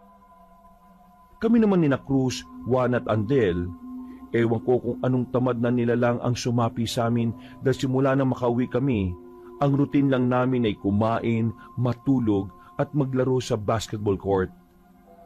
Wala na rin kasi kaming ginagawa sa bahay dahil sinalo na lahat ni Manang Homes. Kaya mas madalas pa kaming nakatambay sa tapat ng basketball court kaysa sa bahay. Malaki ang pinagbago ko pagkatapos ng engkwentrong yon. Pero sa tulong ng mga bagong kaibigan ay nakalimot kagad ako sa takot. Yun nga lang, may pagkakataon na hindi ko din alam sa sarili ko dahil lagi kong naaalala si Amelia. Kung minsan nga ay napapanaginipan ko siya pati ang bukuhan. Hindi pa rin nawawala sa isip ko ang pag-aalala na baka siya naman ang mapahamak sa mapaminsalang manananggal. Isang linggo lang ang lumipas nang inakala kong katahimikan at kasiyahan. May dumating na balitang parang pumunit sa kalmadong paligid namin. Isa sa mga dati kong katrabaho sa tindahan ni Aling Nena na si Berto ay natagpo ang patay sa gilid ng daan. Ayon sa mga tsismosa sa tindahan, napagdiskitahan ng mga kaaway niya. Pero ang sabi naman ng ilan ay sinalakay ng mabangis na hayop. Meron din akong narinig na sinasabing aswang ang pumatay. Nang mabalitaan namin to, ay ramdam ko ang pag-aalala ng bawat isa para sa akin. Pero ako ay nagsawalang bahala lang at hindi na inisip pa ang tungkol dito. Medyo nalungkot kasi ako talaga sa pagkamatay ni Berto. Iho, Lloyd, kinakabahan ako para sa iyo. Huwag ka muna maglalalayo ha. Baka mamaya yung dahilan ng pagkamatay nung sinasabi mong katrabaho dahil sa, alam mo na. Hindi naman po siguro, Manang. Baka nagkataon lang talaga. Marami po kasing kaaway ang si Kuya Berto Kaya malamang napagdiskitahan yun at binaboy na lang din yung katawan niya bilang ganti. Basta, mag-iingat ka pa rin. Mahirap na.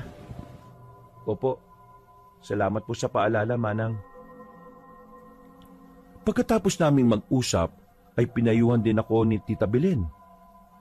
Nakinig naman ako sa mga sinabi niya dahil may punto. Baka rin kasi nag-aalala si tatay sa ibang bansa at makaapekto pa to sa pagtatrabaho niya roon. Dahil sa mga pangyayaring yon, ay mas naging aktibo ako sa panalangin. Isang gabi ay muli akong nanaginip ng patungkol sa bukuhan.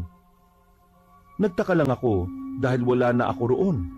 Pero bakit napapanaginipan ko pa rin? Hindi ko na lang din pinansin yon dahil wala namang masyadong nangyayari. Tuloy ang buhay naming magkakaibigan. Katulad pa rin ng nakaraan, kain, maglalaro sa court at matutulog. Hayahay talaga kami. Sabado ng kinagabihan, pilit kong binubura sa isipan ang narinig ko na namang balita patungkol sa bagong kaso na naman ng pagkamatay. Katulad din halos na nangyari kay Berto, pero sa kabilang baryo na. At para mawala ang kaba, ay niyaya ko na lang sila Cruz, Juan at Andel na manood kami ng dance contest sa kabilang barangay. Sigurado ka ba, pre? Oo, pumayag naman si Tita Belen At saka, nagpaalam na rin ako kay Manang Homes. Kaya, tara na. Pampawala ng boring. Malay natin, merong sumayaw doon na magandang chicks.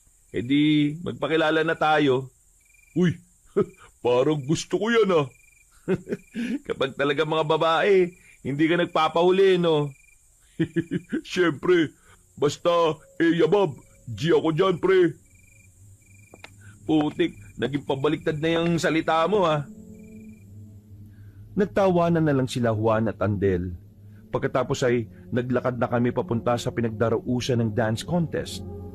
Malapit lang naman, mga 3 kilometro siguro mula sa amin. Sa probinsya, hindi yan kalayuan, kaya hindi na rin namin pinalampas. Pagdating namin doon, ang ingay ng lugar. Mararamdaman mo talagang fiesta dahil sa daming nagtitinda sa labas.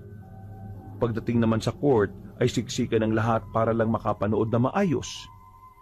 Tumagal kami doon hanggang alas 10 ng gabi. Halos manalo pa nga si Cruz sa pustahan kung sino ang pinakastig sumayaw at kung sino ang mananalo. Pero di na namin tinapos. Tumawag na kasi si Tita Bilen at nagsabi na umuwi na raw kami. Habang tinatahak namin ang madilim na daan, nagtatawanan pa kami nung una. Pinag-uusapan kasi namin yung mga kengkoy na sumayaw na parang nagtitrip lang. Dahil ako lang ang may dalang cellphone, kaya madali itong nalobat. Nag-decide na lang kami na patayin muna saglit ang flashlight nito. Maliwanag na rin naman kasi ang buwan. Maya-maya pa, sa gitna ng pag-uusap namin ay biglang may umalulong na aso mula sa hindi kalayuan. Dahil dito ay napahinto kami at biglang nanahimik. Napatingin kami sa kinaroroonan ng alulong bago magkatinginan sa isa't isa. Parang nilamon ang katahimikan ng paligid. Natanging tunog lang ng mga kuliglig at huni ng palaka ang naririnig namin. Hanggang sa biglang umihip ng malamya ang hangin. Napatingala ako dahil parang nakarinig ako ng kung anong lumilipad sa taas namin. Maya-maya pa, umalingasaw ang isang pamilyar na amoy. Napakunot ako ng noo dahil dito. Pero kalaunan ay nanlaki ang mga mata ko nang maalala ang nasabing amoy. Naamoy niyo ba yan mga pre? Oo, naamoy mo rin, Lloyd. Anong amoy ba yun? Parang langis na ewan. Natatandaan ko yung amoy na yan, mga pre. Ano ba yung amoy na yun, pre? Kung natatandaan mo. Yun yung amoy ng aswang na humabol sa akin. Yung mana ng ha? At bago ko pa matapos ang pagsasalita, ay biglang nagbago ang ihip ng hangin. Mas lumakas ito. Mas lumamig at mas naging nakakakilabot. Kasunod nito, ang pagtigil ng mga nag-iingay na palaka at kuliglig sa paligid. Muling umalulong ang aso sa hindi kalayuan at nagsunuran na rin ng iba pa na parang sumasagot sa panawagan ng kamatayan. At ilang saglit pa nga, mula sa itaas ng punong mangga na nasa gilid ng nilalakaran naming apat, napalingon kami roon ng sabay-sabay dahil may narinig kaming pagaspas ng pakpak. Sigurado ko sa sarili ko na malaki yun at hindi basta-basta ordinaryong ibon. Meron na akong ideya sa utak pero ayaw ko munang pangunahan ng takot ko. Binuksan ko ulit ang flashlight ng cellphone ko. Saka itinutok doon ng liwanag. Sabay-sabay ulit kaming napatingin doon hanggang sa makita na nga namin ang nakakatakot na manananggal. Hindi ako po pwedeng magkamali. Ang nilalang na yon ay ang nakaengkwentro ko sa bahay mismo ng tatay ko. Ngumiti yun sa amin habang nananatiling nanlilisik ang mga mata. Mas nilakasan pa nito ang pagaspas ng mga pakpak. Kaya mas lalo kaming nilamig sa takot. Mga pre, may aswang! Yan yung aswang na nakaengkwentro ko doon sa lugar ninyo. Takbo na, pre! Hindi pa man kami nakakatakbo, ay nauna nang lumipad ang manananggal.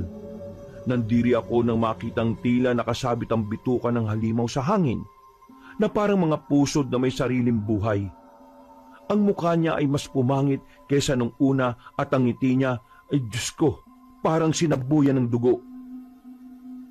Napatili si Andel at siya naman ay tumakbo ng parang walang kasama. Hindi ko tuloy alam ang mararamdaman ko. Habang pinagmamasdan sila kung paano mataranta. Imbis na matatakot ako ng husto, hindi ko rin alam kung bakit para akong natatawa na ewan. Hinabol namin sila ni Cruz at sinabayan. Pero ang manananggal ay patuloy na lumipad papunta sa amin. Dahil dito ay mas lalo lang kaming nagmadali sa pagtakbo. Lloyd! Ang lapit na sa atin ng aswang! Bilisan niyo mga pre! Huwag kayong titigil ha! Kung ayaw niyo madagit ng aswang! Dahil sa pagkataranta, ay tila nagkanya-kanya kami. Pero hindi ko rin hinayaan na magkahiwa-hiwalay kaming apat. Sinundan ko si Juan at nang mahawakan ko siya ay hinata ko kaagad. Mabuti na lang talaga ay nahila ko siya dahil kung hindi ay tiyak na siya ang uunahin ng manananggal. Pagtingala namin ay nawala nga yun. Pero narinig pa rin namin ang pagaspas ng mga pakpak mula sa hindi kalayuan. Nagpatuloy na kami hanggang sa makita ko na ulit sina Cruz at Andel. Mga pre, dito tayo sa bakanting lote. Doon tayo dumaan, bilis! Sumunod sila sa akin, Kabanong. Pagdaan namin sa nasabing bakanting lote ay pare-pareho kaming nagulat dahil sa pag-atungal ng kalabaw. Pero nang tapatan ko ng ilaw ay mas nagulantang ako dahil manananggal pala talaga yun na nagtago sa likuran mismo ng nasabing hayop. Sa sobrang pagkabigla ay naibato ko ang cellphone ko sa mukha ng manananggal. Tumakbo na kami palayo at nagpatuloy para matakasan ang nasabing nilalang. Par, napapagod na ako. Ibigay mo na lang ako sa manananggal. Huwag ka nga magbiro ng ganyan, pre. Kaya mo yan at makakauwi tayo sa bahay, dali. Pagod na talaga ako eh. Promise. Bilisan mo na nga! Nang maramdaman kong parang bumaba yung nilalang sa likod namin, napalingon ako saglit. Sa sinag ng buwan ay nakita ko yung katawan niya. Natadtad ng dugo at parang kumikintab sa ilalim ng liwanag. Para makaiwas kami, hinawakan ko ang mga kasama ko na parang silang niyayakap. Pagkatapos ay tumalong kami ng sabay-sabay sa gilid ng bukirin. Si Andel muntik nang mahawakan sa paa nito, pero mabuti na lang ay nasipan niya ang manananggal sa muka. Basang-basa ang mga katawan namin pero hindi kami huminto. Pagkapang namin sinuyod ang bukirin para lang matakasan ng halimaw. Nang tumingala ako, ay nakita ko yon na lumilipad pataas. Pagkatapos ay saka yun humalakhak na parang nangungutya. At sa unang pagkakataon ay narinig ko ulit na nagsalita ito. Namiss ko ang ganitong klase ng abulan, Lloyd. Sabi ko naman sa iyo eh, magkikita tayong muli, di ba? Napaisip ako sa sinabi ng manananggal. Hanggang sa maalala ko si Amelia. Nanlaki ang mga mata ko nang mapagtanto ang mga bagay-bagay. Pero sa kabilang banda, ayaw kong tanggapin na totoo ang mga naiisip kong yun. Hindi ikaw yan! Humalakak ulit ang aswang at saka dumapo siya sa kabilang bahagi ng bakod ng bukirin gamit ang lamang loob ng kalahati niyang katawan. Halos 3 metro na lang ang layo niya sa amin. Winagwag niya ang mga pakpak niya na parang payong na itim. Pagkatapos ay saka siya nagkampay-kampay na parang aliw na aliw. Naparito ako para sunduin ka, Lloyd. Halika na, tubuin na tayo. Dadalhin na kita sa kuta. Dahil sabit na ako sa amoy mo. Hindi na talaga ako makapaghintay pa. Ano bang kailangan mo sa akin, ha? Bakit ba kung hinahunting mong aswang ka? Marami namang iba dyan, ha? Magandang tanong. Dahil gusto ko ang amoy mo. Humahalimuyak ang amoy ng dugo mo. Nakakabaliw at ang sarap-sarap mong tingnan. Alam mo ba na mga taong mababait at matatakotin, sila yung may mga pinakamasarap na lasa ng sariwang dugo? Manamis na misyon at ang karne nila ay talaga namang malambot. Ganun ka, Lloyd. Kaya bakit kita pakakawalan? Hindi ako sasama sa'yo! Alam ko naman yun eh. Kaya nga kita inahabol-habol eh. Kaya habang natutuwa pa ako, magkusa ka ng sumama sa akin. Dahil kapag hindi na ako natuwa, iisa-isay ko ng papatayin ng mga taong nakapaligid sa'yo. Simula sa mga kasama mo ngayon hanggang sa... Tingnan na lang natin, walang yang halimaw ka! Matapang na tumayo si Cruz at dumampot ng mga putik. Saka pinagbababato ng sunod-sunod sa aswang. Nung una ay nakakaiwas pa ang manananggal. Pero nang tumulong na rin sina Juan at Andel, ay magkakasunod na yung tinamaan sa muka at pakpak. Hindi na rin napigilan ang mga kasama ko. Bagkus ay sumunod na lang din ako sa kanila. Dumampot ako ng putik at buong puweres ang pinagbababato ang aswang. Lumipad yun at nagkampay-kampay ng pakpak. Pero dahil sa dami ng tamang putik ay nabigatan siya. Nagulat ako dahil hindi binigyan ng pagkakataon ni na Cruz, Juan at Andel ang manananggal. Kumapit sila sa magkabilang pakpak at hinigit yun. Nagkakakawag ang aswang pero mas naging agresibo mga kaibigan ko. Sige, bumalag ka! Dati ko bang gustong gawin sa'yo ito eh. Walang iya kayo! Kapag nakita-kita ko lang talaga kung saan nagtatago yung ibabang parte ng katawan mo, bibirahin talaga kita eh. Patasya ko pa naman makaisa sa manananggal. Gusto ko lang malaman kung paano sila mabuntis. Tarantado ka sa naulo ka! Papatayin kita! Bago mo ako patayin, iisa muna ako sa'yo. Nakita kong tila natatakot din ang aswang kay Cruz. Kaya buong lakas tong nagkampay ng mga pakpak. Napaiga kaming lahat sa lakas ng impact. Pagkatapos ay lumipad na yung palayo. Hindi pa tayo tapos! Babalik ako at sinisiguro ko mapapasaanin ka talaga, Lloyd! Sana all, hinahabol-habol ng manananggal. Iba ang karisma mo, pre. Legit na hindi pangkaraniwan. Napailing na lang ako dahil sa sinabi ni Cruz. Umalulong ulit ang mga aso mula sa hindi kalayuan. Hanggang sa maya-maya pa nga ay nakakita na kami ng dalawang tricycle na papunta sa kinaroroonan namin. Huminto ang mga yon sa amin dahil nakita rin pala nila ang manananggal. Tinutugis din nila to kaya pinasakay kami at hinatid na sa bahay. Nang malaman ni Tita Belen at Manang Homes ang nangyari ay nag-alala sila ng gusto. Ito na nga ba sinasabi ko eh. Nakasunod dito yung manananggal na yon. Ibig sabihin lang talaga kahit saan ka magpunta, Lloyd, susundan at susundan ka ng manananggal na yon. Ano po bang dapat kong gawin? Isa lang sa dalawa.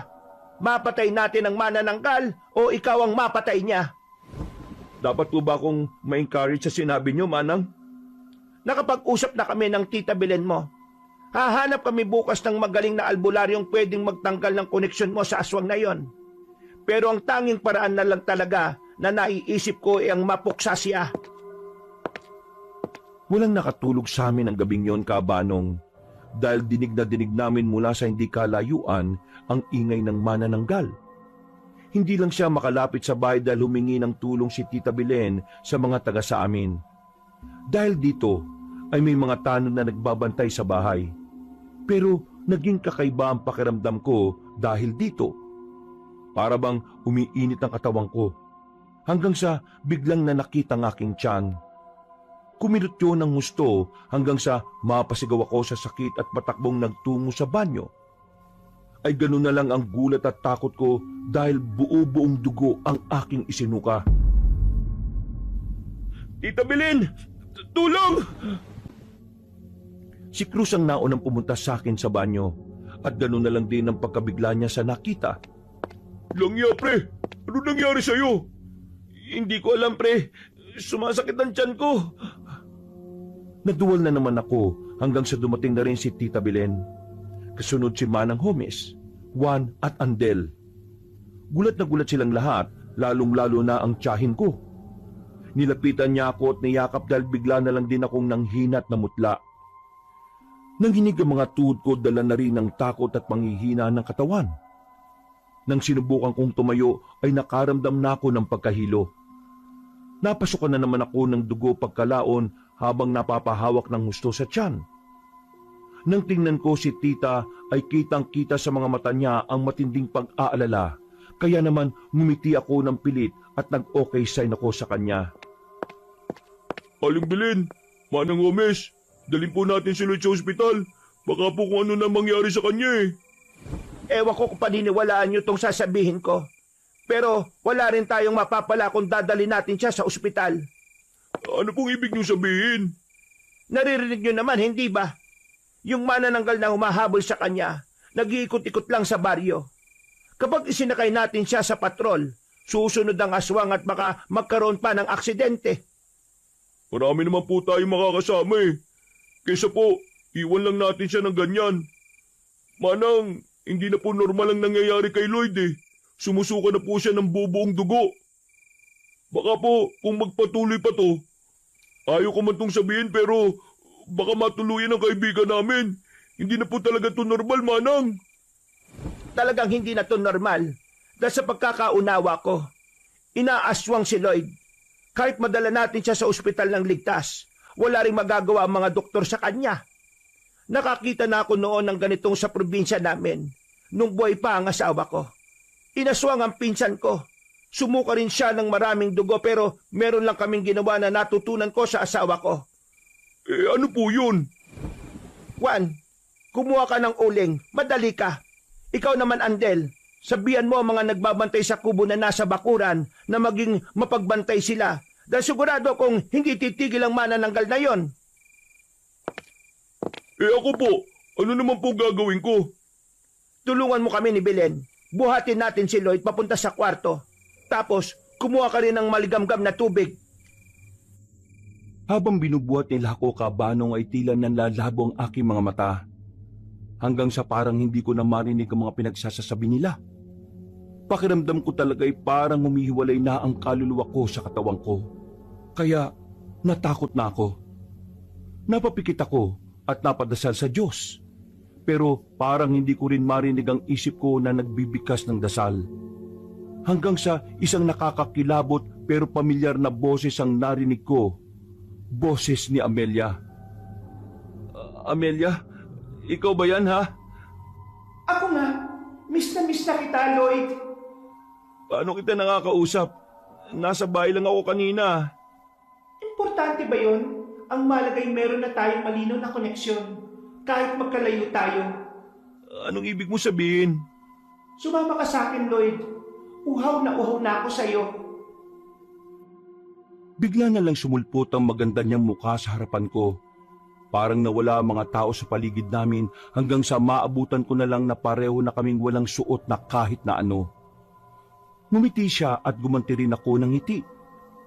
Nang magdikit ang mga katawan namin ay damang-dama ko ang init ng sensasyong bumabalot sa hubad naming mga katawan. Ramdam ko at alam ko sa sarili na hindi ito pagpapantasya lang. Totoong-totoo ang nangyayaring pagniniig sa amin. Hanggang sa may malasan akong tila uling na dumadampi sa aking labi. Hanggang sa malulun ko na. Napaduwal ako at napayukod. Dahilan din para maglayo ang mga katawan naming init na init. Paglingon ko kay Amelia ay ganun na lang ang gulat ko nang makitang nakakatakot na nilalang. Ang aswang na bigla na lang nahati ang katawan. Hindi! Akin ka! Akin ang buong pagkatao mo! Hindi pwede! Huwag mong inumin ang uling! Nang mapamulagat ako, nasa harapan ko na si Tita Belen. Nasa kanan niya si Manang Homes na may hawak na basong may laman na tubig, pero kulay itim kaya napakunot ako ng noo. Pagsipat ko naman sa kaliwa ay naroon si Cruz na punong-puno ang pag-aalala ang hilatsa ng muka. Anong nangyayari? Bakit kayo nakaganyan lahat sa akin? Umepekto na kagad ang pangontra sa kanya. Mabisa talaga ang uling kapag ininom ng isang inaaswang. Kainin mo naman tong natitira. Ha? Papakainin niyo po ako ng uling, Manang? Bilisan mo na. At sumunod ka na lang, iho. Kung ayaw mong mapadali ang buhay mo. Dahil sa pangamba para sa aking buhay, ay kinagat ko nga kagad ang uling. Hindi ko na rin napansin ang pait nito. Nginuya-nguya ko lang hanggang sa malunok. Pagkaubos ko sa isa, ay saka ko inabutan ng normal na tubig ni Cruz. Anong pakiramdam mo ngayon? Medyo okay na po. Hindi na ako nahihilo. Hindi na rin po masakit ang tiyan ko. At hindi na ako nasusuka. Mainam. Ibig sabihin, wala nang epekto ng pangaaswang sayo ng manananggal na yon. Pero hindi pa rin tayo dapat makampante. Nandiyan pa rin siya sa paligid. Belen, Cruz, walang matutulog sa atin at maging mapagbantay tayo kay Lloyd hanggang sa sumikat ang araw. Pati yung mga nasa labas. Hindi pwedeng makatungtong sa bubong ng bahay na to ang aswang na yon. Nakita kong napatango na nga lang si Tita Belen at Cruz kay Manang Homes. Wala ngang natulog. Pero ako, dahil sa nangyari, ay tila antok na antok. Kaya habang nagkukwentuhan sila, ay nakatulog na pala ako. Umaga na nang dumilat ako, pero nag-uusap pa rin si Tita Belen at Manang Homes. Nang makita nila kung okay na talaga, ay dama ko rin ang tuwa sa ekspresyon ng kanilang mga muka. Hinandaan kaagad ako ni Tia ng pagkain. Nagkape na rin sila, pero sina Cruz, Juan at Andel ay natutulog na sa sala. Ang mga tanod sa kubo ng bakuran namin ay palis na rin at katatapos lang mag-almusal. Pagkatapos kong kumain ng almusal ay bigla kong tinawag ng kalikasan. Nagulat ako dahil itim na itim ang dumi ko, kaya natakot na naman ako at tinawag ko sina Tita at Manang. Uli itim po ang dumi ko. Ano pong nangyayari sa akin? Magandang senyales yan, Lloyd. Ibig sabihin, inilabas ng uling na kinain at ininom mo kagabi ang sumpa ng pangaaswang sayo ng manananggal. Talaga po? Oo, kaya hindi mo kailangang matakot. Papunta na rito yung tinawag namin ni Belen na albularyo mula sa kabilang probinsya pa. Maghintay lang tayo at siguradong mapupuksan na natin ang manananggal na humahabol sa iyo. Maraming salamat po sa lahat ng ginagawa niyo sa akin. Huwag po kayo mag-alala. Darating po ang araw na makakabawi rin ako sa inyo. Tita Belen, Manang Homes. Ay, hihintayin namin yan ng Tita Belen mo. Nakahinga ako ng maluwag dahil sa sinabi ni Manang. Meron ding sinabi sa akin ng tiyahin ko na lalong nagpalakas ng loob ko. Makalipas ang higit 3 oras, dumating na nga ang sinasabi nilang mahusay na albularyo. Hindi siya nagpakilala dahil ayon na rin kay Tita at Manang, hindi raw talaga nagsasabi ng pangalan ang manggagamot na yon. Isa raw sa paraan yon upang hindi siya matunton ng mga kalaban niyang hindi pangkaraniwan. Pagkakita niya palang sa akin, ay alam na kagad niya ang nangyari. Nagulat na ako sa mga pinagsasasabi niya dahil unang beses pa lang naman kaming nagkita. Nalaman niya ang tungkol sa aksidente namin ni Nanay, ang pagkakaroon ko ng kakatuwang kakayahan o pangitain sa panaginip at ang tungkol sa manananggal. Nakapwesto kami sa sala na magsimula ang ritual ng albularyo. Pinasara niya ang pinto at mga bintana. Sina Juan at Andel na ang gumawa nun. Maya-maya pa ay nagsindi na siya ng kandila.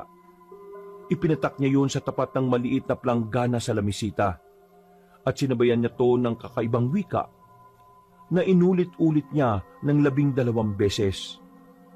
Tumingin siya sa akin at tumawak sa kanang kamay ko. Pagkatapos ay sinabihan niya akong sundin ang mga sasabihin niya. Ginawa ko ngayon habang ang kaliwa niyang kamay ay nagpapatak ng kandila sa maliit na plangganang may tubig. Kaliwanagan at kalinisan ng tubig, init ng apoy, lamig ng hangin at ang kapangyarihan ng mga elemento sa lupa.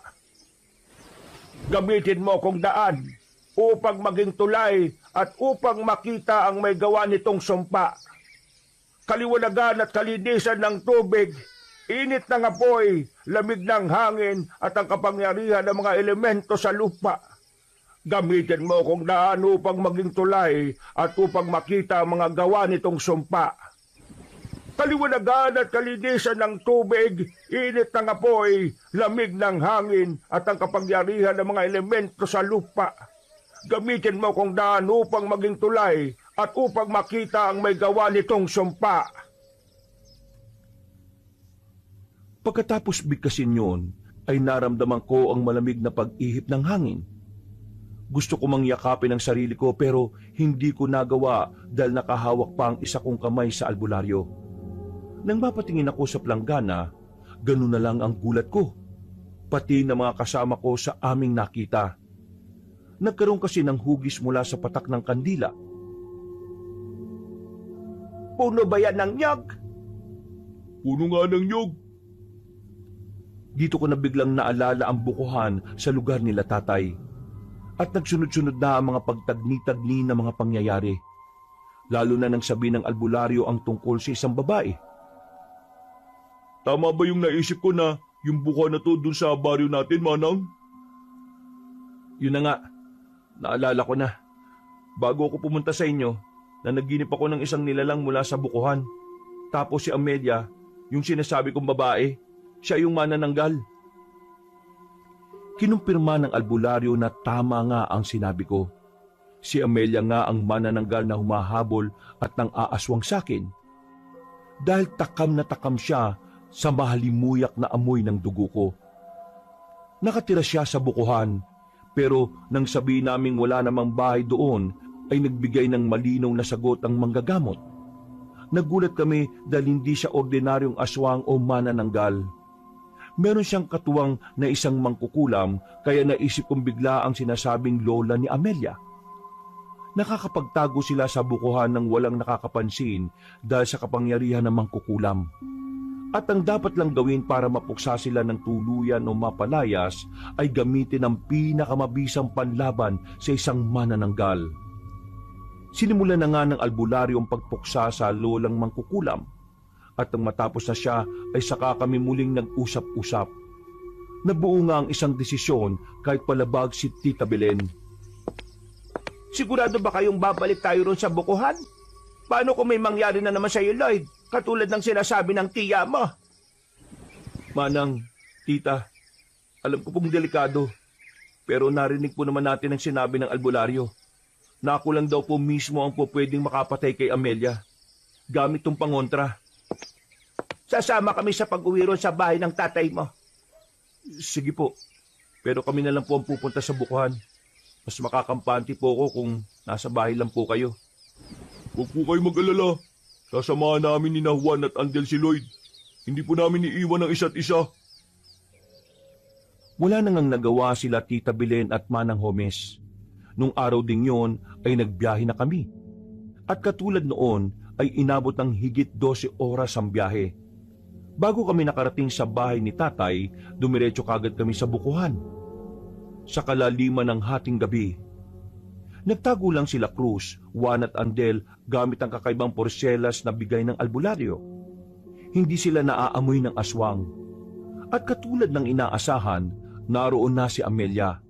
Halata sa mukha niyang matinding pagkauhaw na naman sa akin. Lumapit ako at pakunwaring okay lang ang lahat. Kitang-kita kong tuwa sa kanyang muka. Pero sa kabilang banda ay parang nalungkot siya. Oh, bakit parang malungkot ka? Natutuwa akong bumalik ka, Lloyd.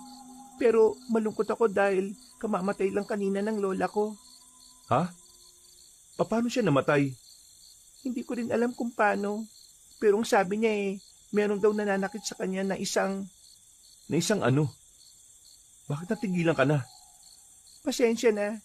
Hindi mo rin naman maintindihan Maiintindihan ko, Amelia.